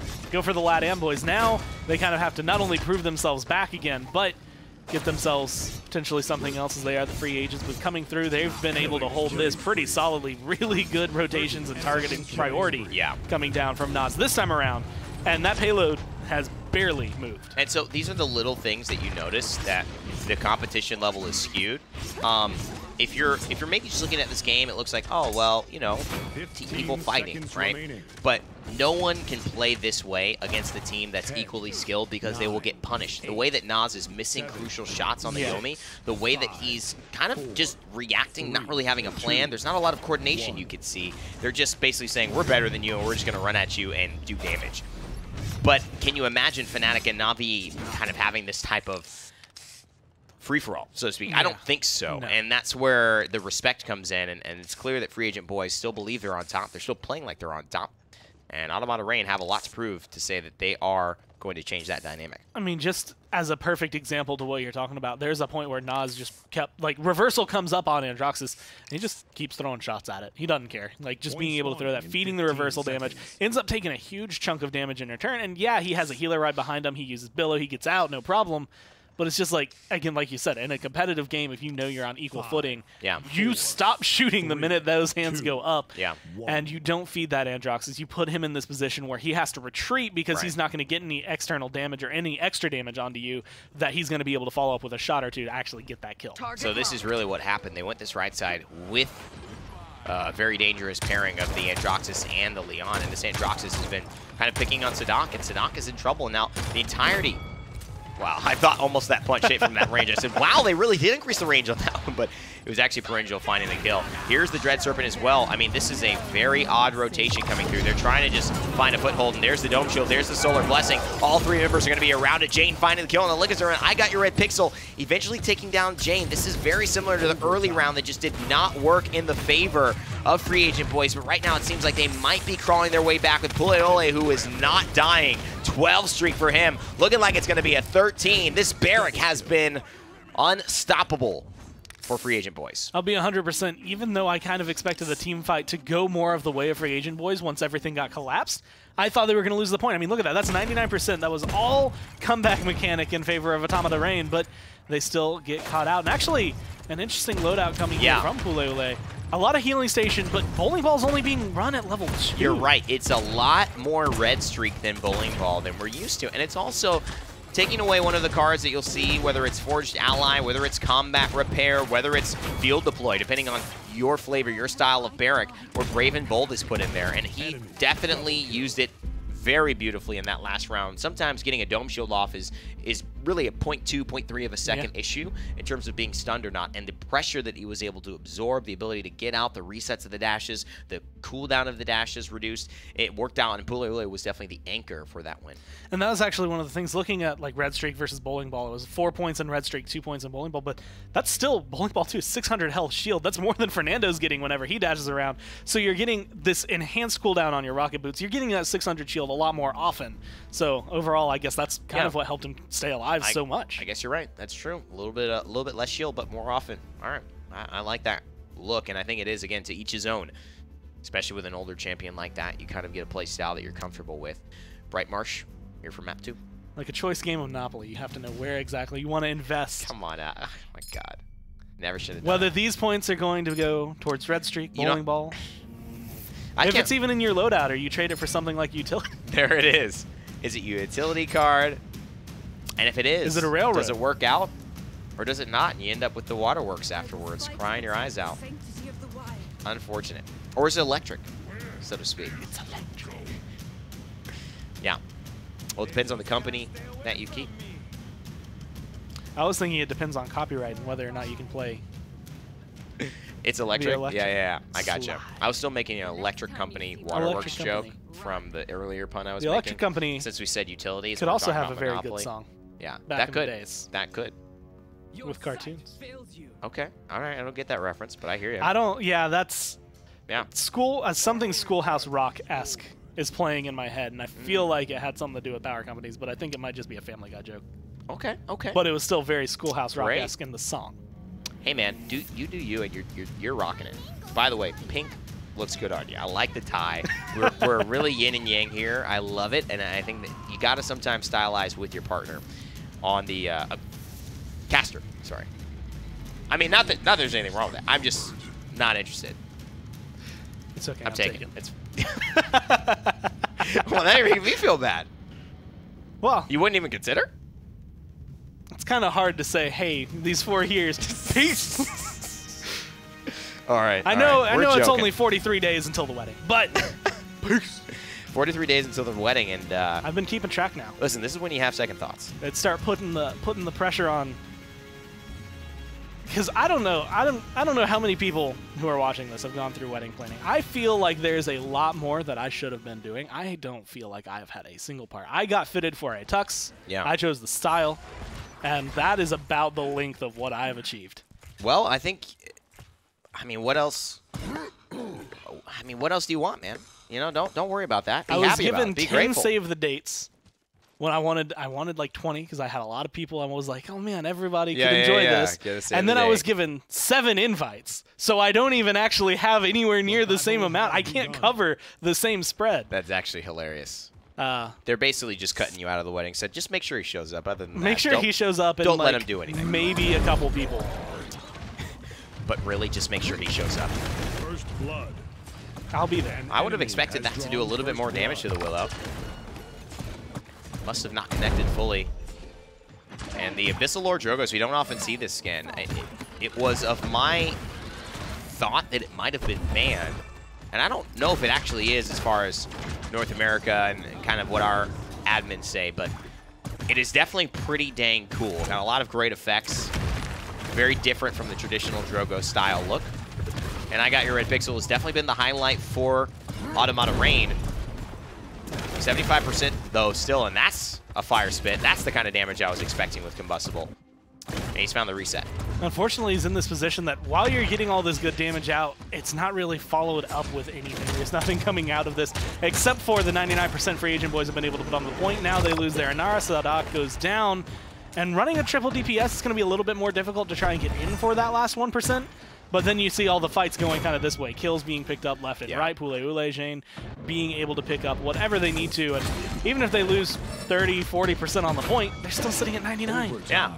I mean, we're looking at Jane a lot here. We're trying to figure out where he's at, what's going on with his style of play. So far, pretty good.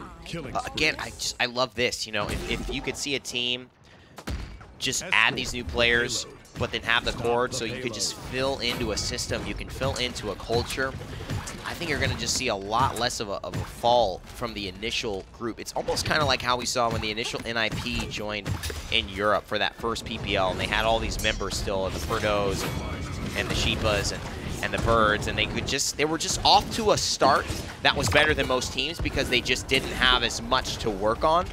But their ultimate longevity and value in that esports scene, it was limited because they didn't have as much upside. So the question is, what upside does Jane have? I mean, have you been in press score? What have you thought? So far, I've been thinking good things. I actually was just thinking about the fact that one of the things that I would say was kind of a plague from Hecate is he was stellar at hit scan champions.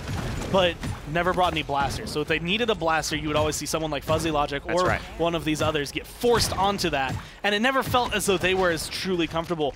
But I think Willow is actually this perfect Cassie-esque blaster. Like, her shots are very, very similar to Cassie, except for the fact that they explode and do less damage. Yeah. And so she's like that very good transition. I don't... Whoa!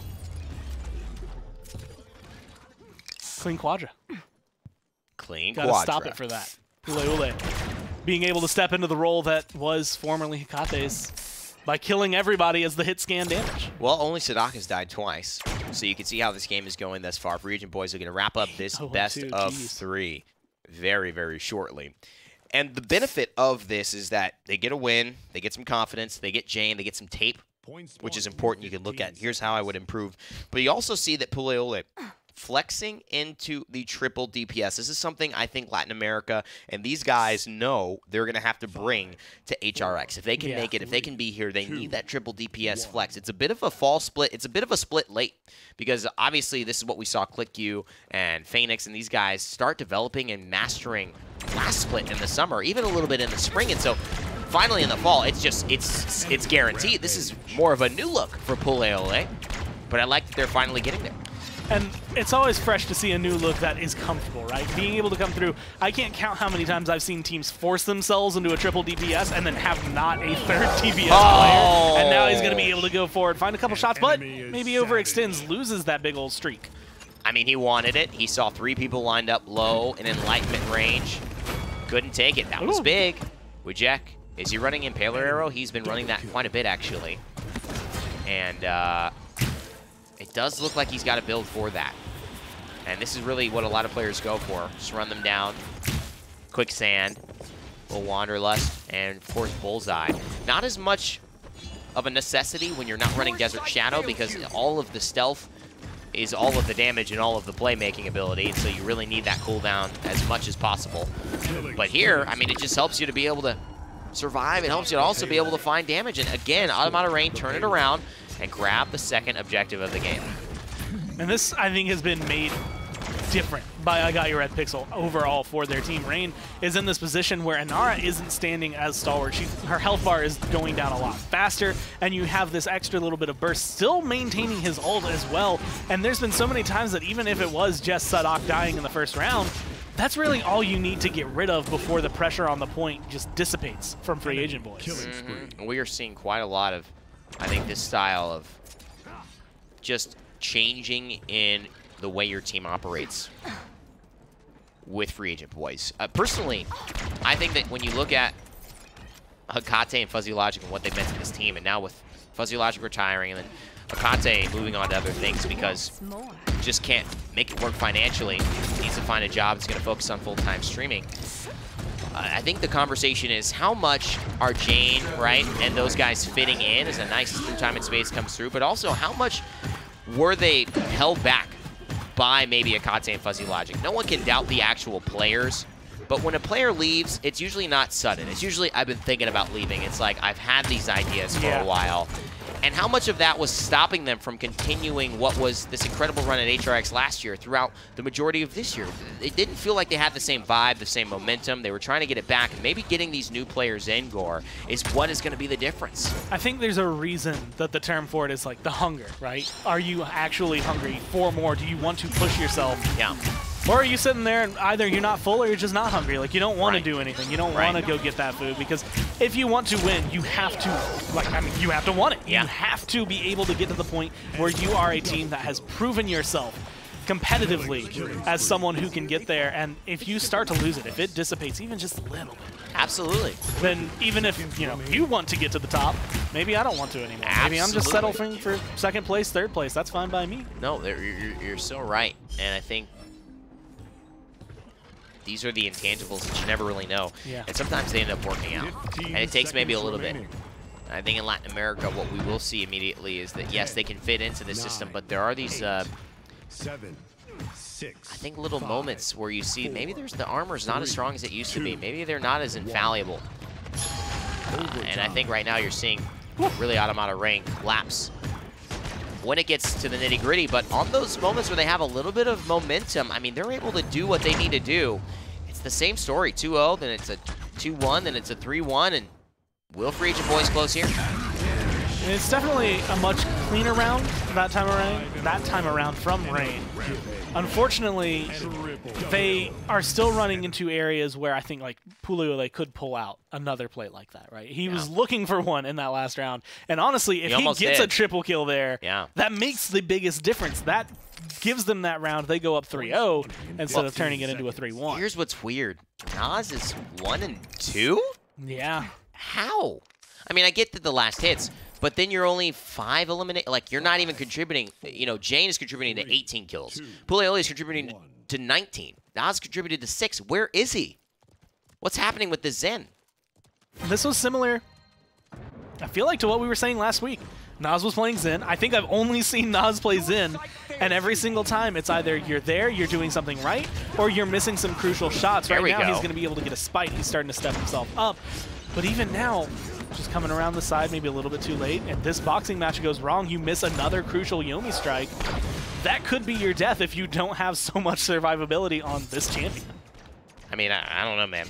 Definitely a good start of the round. Let's put it that way. Very, very good start of the round for Nas, but this is where they've kind of had issues. They don't zone as well. They don't have the confidence in the zone. Likazor is just, man, off the races, isn't he? He's moving so quickly there, but luckily he does not find the kill onto Jane. Otherwise, this would have been bad news bears. He's got the high ground now, and that's the Willow's territory to live.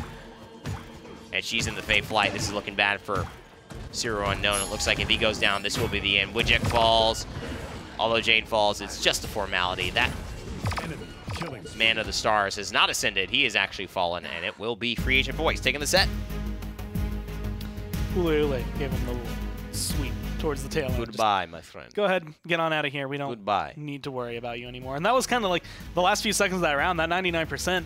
You get one kill, and that was onto Wigek, onto this Shaolin. Everyone else is kind of scrambling around because they're like, well, we can't go in there. We can't contest. But it's like they just sat on the point while overtime went down with nothing really to do. Yeah, well, you know, as we come to find out, ends up going the way of Free Agent Boys. We found out that was actually a ban skin, so either way, it probably would have gone to them, but it does go their way in fair play and honesty, so nice job, guys. And interesting to see Jane and Nas. Look forward to seeing them next week. We've got another matchup coming up, though, and so I'm sure we'll be taking a look at the schedule and the standings very soon to get an idea of what is in store. It's not done for Latin America, and very much like OCE, we will be seeing maybe Kanga have a little bit of a, you know, more of a competition throughout this series, as there are just 4 teams, and they're going to be playing each other, rotating round robin style for the next 6 weeks, 5 weeks or so. Free Agent Boys take this one over Automata Rain, and Zaga Talent Gaming now will go up against Church of Malvonis.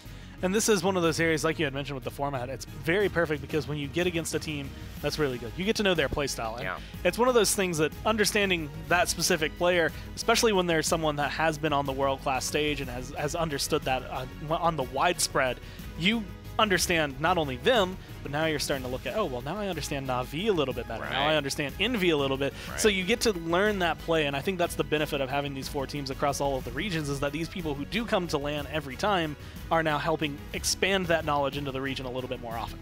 That's a great point. Church of Malvonis going to ban at Serpent Beach. We'll see a Frog Isle ban as well from Zaga. Church will be the first pick. Saw some Buck bans. That was interesting in Latin America. It hasn't been even close to a conversation in Europe and most of the other regions. Church here with their first ban as an option. That's going to be the Fernando. Yeah, not Buck. I'm actually okay not seeing Buck. And it's just one of those things I don't understand if it was something specific in that matchup that Buck has been coming through. And, of course, I think it was a ban against Free Agent Boys, so I do feel like that is something that I've seen them run in the past. I think they actually did run last week. I think Nas's 2 champions that I've seen him play are Zen and Buck. So if you at least get rid of one of the 2, you can know which one you're dealing with. But that's my big question when you look at essentially fresh talent or any team. How deep does your champion pool go? Because if you get target banned, if I say, well, you only play these 2 ever, and I ban them both, and you can't play anything else, that's the freest win. It's a 4v5 the whole game. That's the thing. How does it go? I mean, are you able to ban a Zen and a Buck and get away with a lineup that doesn't just totally enable Puliole and Sadak with getting Furia and Crimson as well, like a Furia Con Makoa coming at you? I mean, maybe I'll take the Buck instead of that, right? That sounds pretty deadly. So the Leon and Cassie picked up. It's the Khan and Willow for Zaga. I think I missed Willow a little bit yesterday in Europe. I think I would like to see her a little bit more. She hasn't dropped off for me in many ways. She's been one of the answers, and maybe an answer that they haven't sought for yet. And also notably, no Tyra here has not made its way over to the southern part of America, because that is just such a big aspect of what Europe has decided is top of the top here, is cream of the crop. And there it is, the final pick. Well, look at that, right on cue. Being able to come in. I'm actually leaning, I like Zaga Talent Gaming's lineup. Everything they have is very solid. Khan and Nara is deadly. Willow, Furia, Tyra are all deadly. But you do get Makoa, Torvald, Cassie, Leon on the other side. So again, you're looking at 9, I want to say, champions that are incredibly strong. Ying is the one I would say is a little bit on the fence, but lately I'm on board. I like Ying. I'm sold. Life Exchange Ying, I was sold from the concept. I am sold from the implementation. I am sold. That works. The only thing is, who do you pair it with? Does it work as well? I like the pairing of that with the Makoa. Actually, I think that the dome nature of his shield works really well with the Ying illusions to not only protect them, but also just get cauterized off of anybody who's in that shield. And I don't think we see a Vivian running Sapper rounds on the other side. So at least it will survive here. Exterminia, if he goes Burn Monster, will be completely changing my mind. And there it is. It's Hunting Party. So I would say that's not why people are picking up Tyra. And it's one of those things, Burn Monster is going to be phenomenal against the Makoa, against the Torvald, if the shields don't come up and they block, the grenade in the first place. But you get the same effect, I would say, coming down from Hunting Party, being able to get that bonus damage. It's going to burn them just as fast. And people really mistake the concept of how impactful a reveal is, a team-wide reveal. How much that enables your teammates in the little things. It's just, you can't position as poorly if you know someone is around the corner that you were about to run into. You just naturally will not go there. And sometimes it just, you don't see the impact, but it makes a very silent, impactful one. I made Victor, though, making a very loud one. Nice disengage as well. Spray-worthy indeed as he blocks off the line of sight. Exterminia right back at him, though. And here might be the spray from Exterminia. He's going to run away. He knows exactly where he is. And I made Victor knows that. 96% and counting. They need a firebomb on the point. They've got Khan there. Isn't enough, Gore. Right now, all I am seeing is Torvald Bubbles making the biggest difference in terms of kills, but that's going to be 2 picked up for Zaga as they actually end up losing to Furia. Going to be off board, so there's no healing for these front lines outside of Khan's shout, and even then, is it enough? Even with CC immunity, at least going to be able to stop that hook. Look at Victor. This has been his whole round on the left side, spraying, and it is the right choice because he has just been surviving barely. Finally has his ultimate, an easy one to charge up for the Cassie. Zaga Talent Gaming trying to hold I0, running the firing line. There is the firebomb to just spread it out, to just open up some space. That's a commander's grab as well on I made Victor. He's been the one who needs to fall. He has not yet. The shield from Khan is going to buy him some time. Exterminia dodges, but Church of Malvonis, well earned, my friends, well earned. And you got to be thanking I made Victor for staying alive that long to make it happen. I kind of want to take a glance at the items just to see what Zaga have gone into, because it feels very much like, they only have 1 Wrecker, and what is giving them so much trouble is the fact that these shields coming down from Torvald are saving everyone. By the time you see this Hunting Party, this Tyra, do damage to even I main Victor is the perfect example. He takes a step back, a bubble comes up, he goes right back into the fight, and he wins it because he has 2 health bars versus your 1. Yeah, I mean, it's unfortunate to see that, because I think that Zaga Talent Gaming in their lineup, it's a little bit better. Yeah. I honestly think that. And I honestly think that Exterminia had the right idea. Where we see this work for Fnatic is that when you see that I made Victor dodge roll back with 141 health into that Jaguar Falls, we see one of the front lines just jump in. We see Lazy slide over to the right with the Stone Spear and just pick up that kill. We see Phoenix as the triple DPS, or maybe even the Khan rotate inside that room and just make sure that he's dead. Those are the things that are missing right now, but it's not much for Zaga. There's a lot. Hyper Beam even going to be coming out, and it actually is going to be able to find a kill. This is going to be the weirdest phrase I think I have said at any point in my life, at least for Paladins. And that is that with this Tyra not going Wrecker, I honestly wouldn't have minded seeing Vivian. We've seen Vivian successful in this kind of lineup, specifically because the amount of shielding coming around on the other side. You get Sapper rounds, then you go Cauterize. I don't know if I'm on board getting Wrecker on top of the Sapper rounds for this, but then all of a sudden this Dome Shield, all of a sudden all these little Torvald bubbles, they don't matter in those engagements anymore. Well, we don't see these natural predators come out to play as much as when most of the meta throughout the year kind of signaled that Victors and Tyras and Vivians were just not safe. They just weren't safe enough. And especially towards the beginning of the online splits where Eevee just was in such a dominant form with Wormhole. Right now, I think they're trying to bring her back. It hasn't necessarily worked against the Tyra. Against the Vivian, I think there's potential. I think G2 Esports are a team I want to give a shout out to as well. Just finally saying, you know what, we're not going to be the ones who try to just be with the fad. We're going to try to beat the fad and find the answer to it in our way, and that's the Snow Globe Eevee. So I just wonder if we'll see that slowly transition.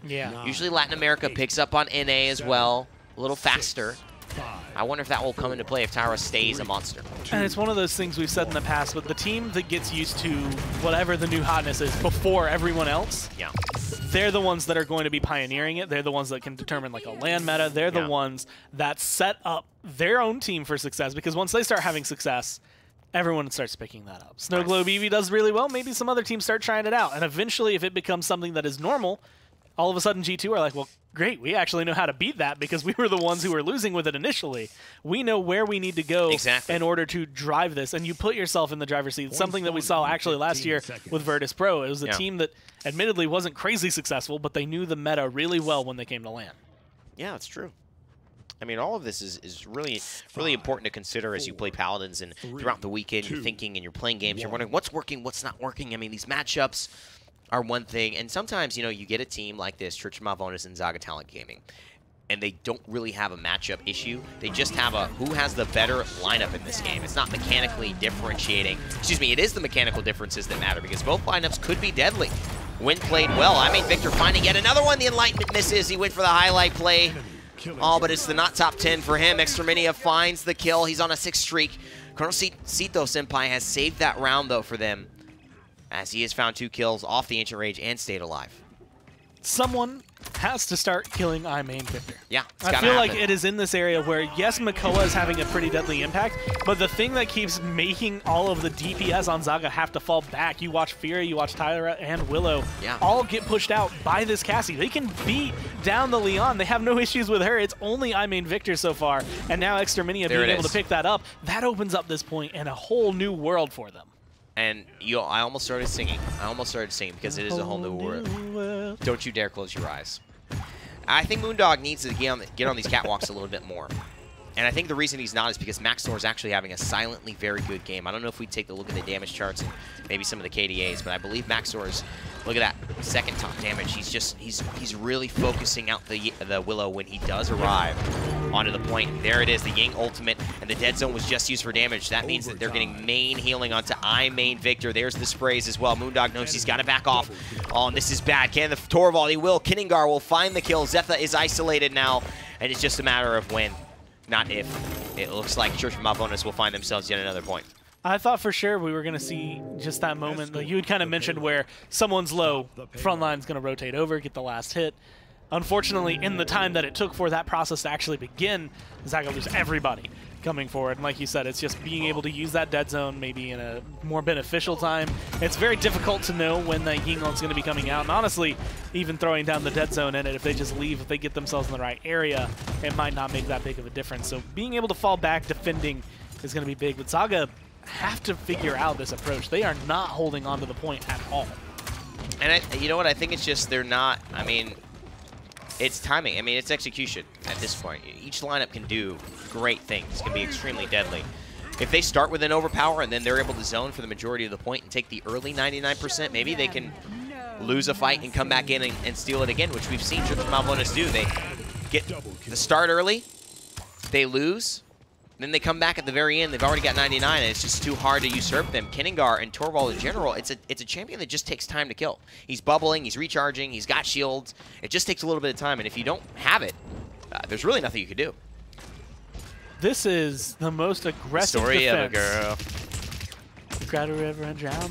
You always say this is like that. That makes it. It didn't. It does. It's not the first time. You always say it like that. Every single time it does. This do that. is. And you're not actually the first person. I know. To say that to me. That really? happens Katie will do it. Really? A lot of my friends, when we're playing games, if I say that exact This phrase, is.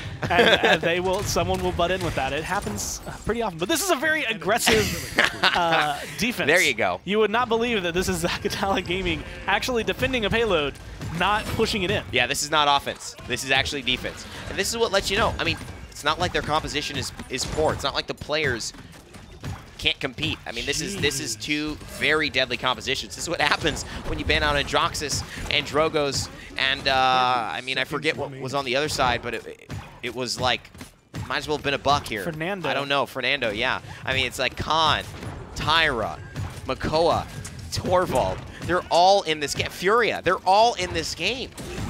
And you know, you don't necessarily see that, but each composition, this is what makes it very dangerous, because you have so many threats. It's hard to come together with a plan as to how do you minimize one, because if it ain't one, it's the other that's going to get you.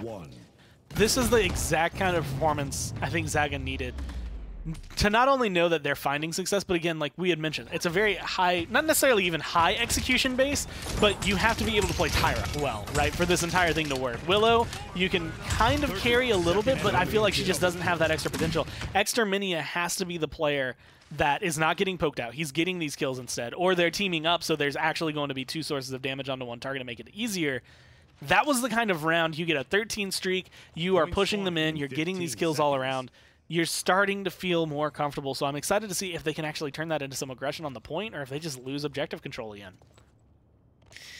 You know, I have to test this, but favorite quarry and Tracker, there's something that was off about Tracker when I first tried it, and I think it was when favorite quarry was actually double up, like give you an extra 10 seconds. Man, oh man. The movement speed didn't last, and it's a weird way that card is written. The reveal portion of your Hunter's Mark lasts for an extra 5 seconds. So what portion isn't lasting? The damage? The movement speed from the cards related to it is... I feel like there is something there. I have to figure it out. I have to look at it. I remember doing this testing earlier, and there's the Ancient Rage. Oh, but she's going to make it out. That's really nice. She gets a little bit of movement speed, but it's not enough. I mean, Victor again finds the kill. And this time, his favorite quarry is Exterminia, but still at least a contest here on the fight. And it's not a full wipe thanks to the Conheal. And honestly, had they been able to get a little bit more distance between the two, I think that could have been a very easy turnaround. Crossfire just shredding Makoa down. But then you get Zetha. Again, you take cover, but you're not paying attention to the fact that you're getting crossbow bolts continually into your back. And that gives control to Church of Malvonis. This point is not necessarily theirs just yet, but... I mean, it's the same story that we've seen at the end of every single round. It's too hard. I think if they have a Drogos here instead of the Willow, I think they do a little bit better. He's just not cleaning it up. He's just not cleaning it up here. Exterminia finally finding that kill, and this is kind of what we talked about. I mean, there it is. You can get a triple kill. That should do it. It's a 5-man game, so you're 5v2 now. So you should be able to make this work. But man, it took a triple kill from Exterminia, and you just didn't know what was going to pop off, and it ended up being the Tyra at the end of the day. Moondog has had a rough time closing out kills, but luckily Exterminia was there to pick up the slack. And that's the thing I've been saying about Tyra all week, right? And with the reason most of us aren't fully sold on her priority has just been because she does, I want to say, like 9/10 of your health like it's nothing. 90% of that is gone. But that last 10% is really all that matters. If you get out alive, you get a heal. You have healers dedicated on this team to keep you alive. They spend 2 seconds, maybe. Your health bar is full after the 3 seconds they spend trying to kill you, and you get to go right back into that fight. So it comes down to a battle of the supports. Who's paying a little bit more attention has that control. Exterminia, if you can take it to the next level, you get those triple kills, then you start having an impact that it doesn't matter if you're going up against Cassie, Leon, anybody, you're going to win. I mean, Victor has definitely... I played against him several times. He's a guy. A lot of Latin American players will queue North America. Good player. I mean, extremely talented as you could see, and very effective in the damage roll. A lot of this matchup has really been about stopping him because he's having a good day. It really has been. I mean, Exterminia and the lineup. If you look at this running at you, look at this running at you. You got a hunting party Tyra. You got a Khan. Firing line, battle shouting, an extra 20% on top of the 25 we already got. So let's just say 45 extra percent for you as far as damage. Let's throw a Nightshade Willow in there and some Seedlings. Let's throw in a Nara with a Warder's Field, and we'll just, you know, run at you with, let's see, what healer could be any more annoying? A Furia. Yeah, how about that? And I think you look at this composition when it gets going, and that's why they snowball these fights towards the end. It was just execution in the middle round, Gore, and they finally figured it out. Pushing forward, step by step. Makoa didn't even have a chance, and like you said, they figured it out. Sometimes that's all you have to do is prolong it enough that when you hit this composition, you're like, on paper, this works. We just got to get there. What's going wrong? Round 1, we lose that point. What's going wrong? We're holding the defense slightly around that control point, pretty much in the same area of the middle line. I mean, round 2, man, we lose the point again. Okay, well, now we're defending at their base. What are we doing now that we weren't doing 5 seconds ago? Because that's the big difference. And what do you do when you are in the other shoes of Church of Mount Bonus, where you know you have this moment, you never punish them, you always get this point, but you feel like it's fake because we haven't really pushed it ever. We then the second time we got pushed all the way to our base, and now the third round they got it. So it almost feels like, did we deserve even any of those? I think that's the question. Church of Mount Bonus had a good lineup, but I don't know if that's going to be enough for them to turn the set around. I think it comes down to not for Church of Malvonis there. It wasn't anything in game to me. Like a lot of what they did in game fit. A lot of what they did before the game and picks and bans doesn't fit. You give up, like you said, Khan and Nara Fury onto one side. You get the Willow, who is known to be incredibly strong, especially when dealing with the healers like Ying, because they're all going to be a little bit more capture point oriented. Right. And then you add on a lot of damage from Tyra. And yeah, Tyra is probably the one that is like the bank. Okay, this is either going to work and we're going to do great, or it's going to fall through and we are going to fall flat with it. But once it came online, you could feel that Church of Malvonis' draft just didn't withstand it. There was nothing they could really do to actually make themselves be heard. Yeah, and again, I mean, if you look at the other side of things, you see a Torvald bubbling a Makoa, you know, with a Cassie blast shot, Leon sliding into you in an alignment. You see, you know, Ying just healing all of them up, or maybe a Ying onto all of those. That's equally as devastating. It just, unfortunately, it was Zaga's game. And I mean, Victor did everything he could. It's going to be the Ying prioritized for Church. It's going to be Khan Leon again. This time, Makoa is banned, but the Fernando Bomb King ban's really throwing this set for a loop because it's putting so many threats on the board. And at this point, my feel is this is a Khan Leon. Like, this is all of House Ico. Like, this is their army this that is going to be going through. You get Furia back in those guys? That is not something you really want. And again, you have Drogoz this time around, which I think could make a big difference. But Torvald is coming in, and he's not going to be paired up with Androxus, which we've seen. He's not looking like he's going to be paired up with any big flankers like we've seen in the past. You get Willow, Ruckus. You have a lot. I will say Zaga are lacking a little bit of a point tank, but even still, they have a lot of damage. They have a lot of control. Yeah, but you're right. I mean, against an Inara, sure. Against Torvald, no problem. Khan's fine there. But they have the Ruckus. They have the extra damage, and they're going 2 tanks instead of 1. So they will be able to offset that just with pure DPS and pure just switching in and out, but they've got to do it well. Again, it's execution heavy. But, man, Khan, Leon, and Fury, if you ever let them on the same team, I expect you to lose. I do. It is not a comfortable roster to go against. And even, I would say, 2 out of 3 of those, it's going to be different, or difficult. Khan and Furia right now are paired up, even though Inara's hanging out on the other side, betraying her brethren. Either way, you're feeling a lot more, I want to say, confident in your terms of not only healing output, but your survivability. Khan, one of the biggest issues I think you could have with him, the downside is that it takes a long time to charge your ult, and admittedly, your health bar isn't really that great. You can get taken down relatively quickly. The same thing kind of goes for Ruckus, but you put the right people behind them as well as the shielding they have, and all of a sudden they're alive way longer than you plan to deal with. Tremors here, no way. That can't be real. I think they're going to change their talents as they get out. Tremors for Inara. No, it's I did that last game too. I can't remember which one of them did it, but they did that. They did that last game. All right, so pretty much similar stuff here, and I think that's good for Moondog to be able to be on the Willow once again. And this map, admittedly, really similar, but also just a little bit better. Zetha getting healed up from the Furia, saving the firing line. Battle Shout. Extra Mini already getting a little bit low. And I made Victor, if you can find one big hit, oh, it's not enough. But they know he's low. Enemy has drawn first blood. A complete trade out. You get 1 healer for 1 frontline. Honestly, I would take, I think, the healer overall. You have a second frontline to be able to step up, but being able to lose Furia there loses a lot of pressure for you as well. But you aren't worried too much about pressure as Zaga. Again, 60% grabbed on the point, and that's just while they're standing in there. They're hanging out. They get that. They have to fall back for a little bit. This is where teams, I think, can excel. If you know the right times to fall back, the right times to retreat, you can make a resurgence that is something Church of Malvonis might not be prepared for. I was going to say, look at this. This is such a seedling opportunity, man. It's forcing them all away. But Moondog's in trouble. I mean, Victor knows it. He finds the kill there.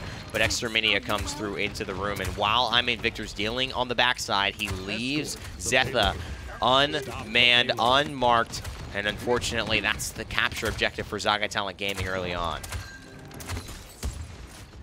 So many Cassie shots this time around. I think you can see the difference between I main Victor right now and what we're seeing, or last game and this one, because so many shots are slightly to the left, slightly to the right, slightly above, slightly below, not hitting the mark, and not having that, just even a little bit of damage, is going to give Zaga that ability to push forward. Now you add in that Fury heal on top of it, and they don't care what you have. Torvald, that bubble does not matter right now. Maxor is only going to be able to live a little bit longer, but he gets taken down. L0 gets killed off by the Ying of all people, but it's still the pressure. That's 3 kills for 1. Wow. Pretty good snowball here. Church of Malvonis not looking like they're able to stand up and just waiting for maybe the dimensional link. But it was not a very smart spot to do. He just realized he was back to base. Let's just stay there. Ultimate's now on the ready. Not the Hyper Beam. Dragon Punch used, but not used to no avail. Actually, I believe just cancels it. And Yang does have the ult. She may go for it, but man, this Death and Taxes Leon is making it so hard for her to get value. There she's going to go ahead and pop it, try to keep the healing up, but you can see, just like you said, in Inara's health bar, finally going to start taking up the shielding. Helps, but there's Exterminia being able to find the shot from far away. Unfortunately, it doesn't mean too much. They still lose 3 people, but hey, at least he's being able to show it off. 60 seconds left. Oh, that one was close. Yeah, Kenningar picks it up. And that's the thing that matters, you know?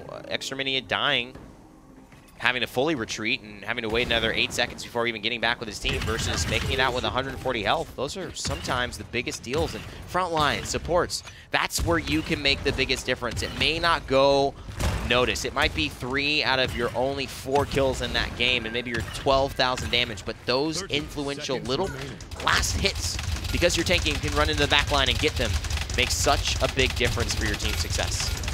Moondog is in low health, Zetha low health, but the team's finally grouping up, and they get rid of Kenningar. And I think that's the biggest thing, like you said, as long as you can bounce back and forth with these 2 front lines, you can make the big difference.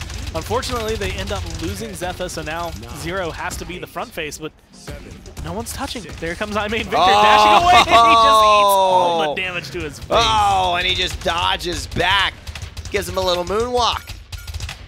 And though I0 had a perfect vantage point, I'm sure I main Victor's not happy with what that camera showed. He goes back to base 2-2. It's already 2-0.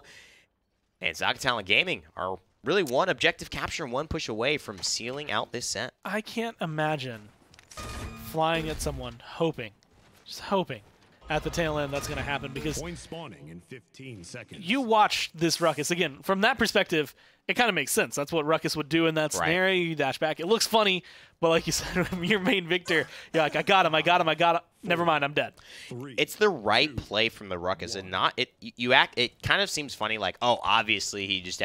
A lot of Ruckuses will try to will panic in that. You'll try to sidestep, right, and that just makes it easy. The backing up forces him into your team's area, and that makes him commit more, which means he's less likely to get out alive. So even if you're dying, you're making sure, or at least coming closer to ensuring that Drogos dies as well, so it's a good trade for your team's ultimate damage to sustain ratio. Zaga Talent Gaming already 54% counting, and they're backing off, like you said, Gore, masterfully. Being able to set themselves up, and again, this is around the same point. It was 60% last time, 54% right here. Hexafire right into the face of Maxor. L0 still dies to Kenningar, but he gets that pressure out. He also gets a lot of damage onto this Torvald, which is allowing his team this recuperation ability. They get 3 kills, and all of a sudden that point, that 54% is able to tick back up towards the 90s before anybody on Malvonis might be able to touch down. 87%. 90% here and counting.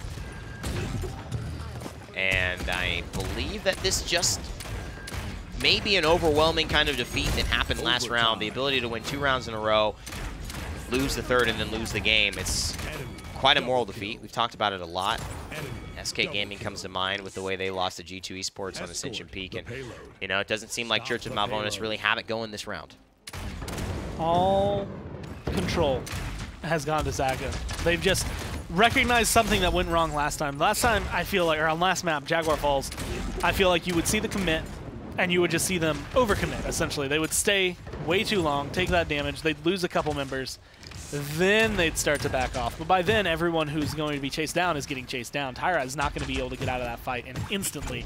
Now you lose half a health bar on both your front lines. Okay, maybe we back up a little bit, let them heal up, then we get back in there. As of right now, they've been able to hold on to this. Streaks burning galore. They haven't been dying in a while, and that is not the kind of look you want as Malvonis.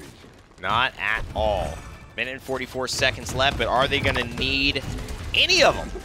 I mean, maybe 20 seconds here after this Khan firing line. He's got a commander's grab, but he's not going to grab her. You know why? Look at that glowing Inara. He knows that she is CC immune, so it wouldn't do anything. There's the spray. There's the emote. That's the game. It's Zaga Talent Gaming going ahead and surging into what might be the second place here in the PGS for LATAM. My biggest question is, why is Khan at the end trying to contact Leon? She's standing I don't 10 understand. feet from him. What's he doing? What's he doing? You know, she's not going to answer her phone. He's the protective type. He is the protective type. He certainly is. She's got Furia right next to her. She's fine. Yeah, she's okay. Well, let's take a look at the standings because Zaga Talent Gaming are definitely a little bit more okay. 2 wins here. And Free Agent Boys and them most likely will be clashing next week. I believe it's guaranteed. So that'll be a very interesting matchup. Automata Rain, Church of Malvonis take a couple of other L's, and that's the way it went for CIS today as well. Let's take a look at the weekly schedule because that's wrapping it up for the PGS this week. It's been a wonderful time. A lot of 2-0s, a few 2-1s. Almost 2-1s in 3 out of the 6 or 7 regions? Yeah. 7 regions that we have. So a lot of matchups that went one way very heavily, and then a few matchups that also were very interesting in Brazil, Europe, and then in Southeast Asia yesterday. That's going to do it for us on broadcast, though. We had Alan Ihold Shift on a Frio and Nicholas Keogh Pretty Hair on the first set and the first region today in the CIS. And, of course, my name is Evan Rainday Rayner, and this is William Newberry V, a.k.a. Gormizer, for this one in LATAM. Make sure to stay tuned with us. We've got the PPL coming up later on today, which is something you do not want to miss. It's North America. It's an Envy doubleheader. So I can't wait to watch that. We'll be on broadcast with you there. As always, friends, remember to never give up, never stop gaming, and we will see you all in the realm. Oh,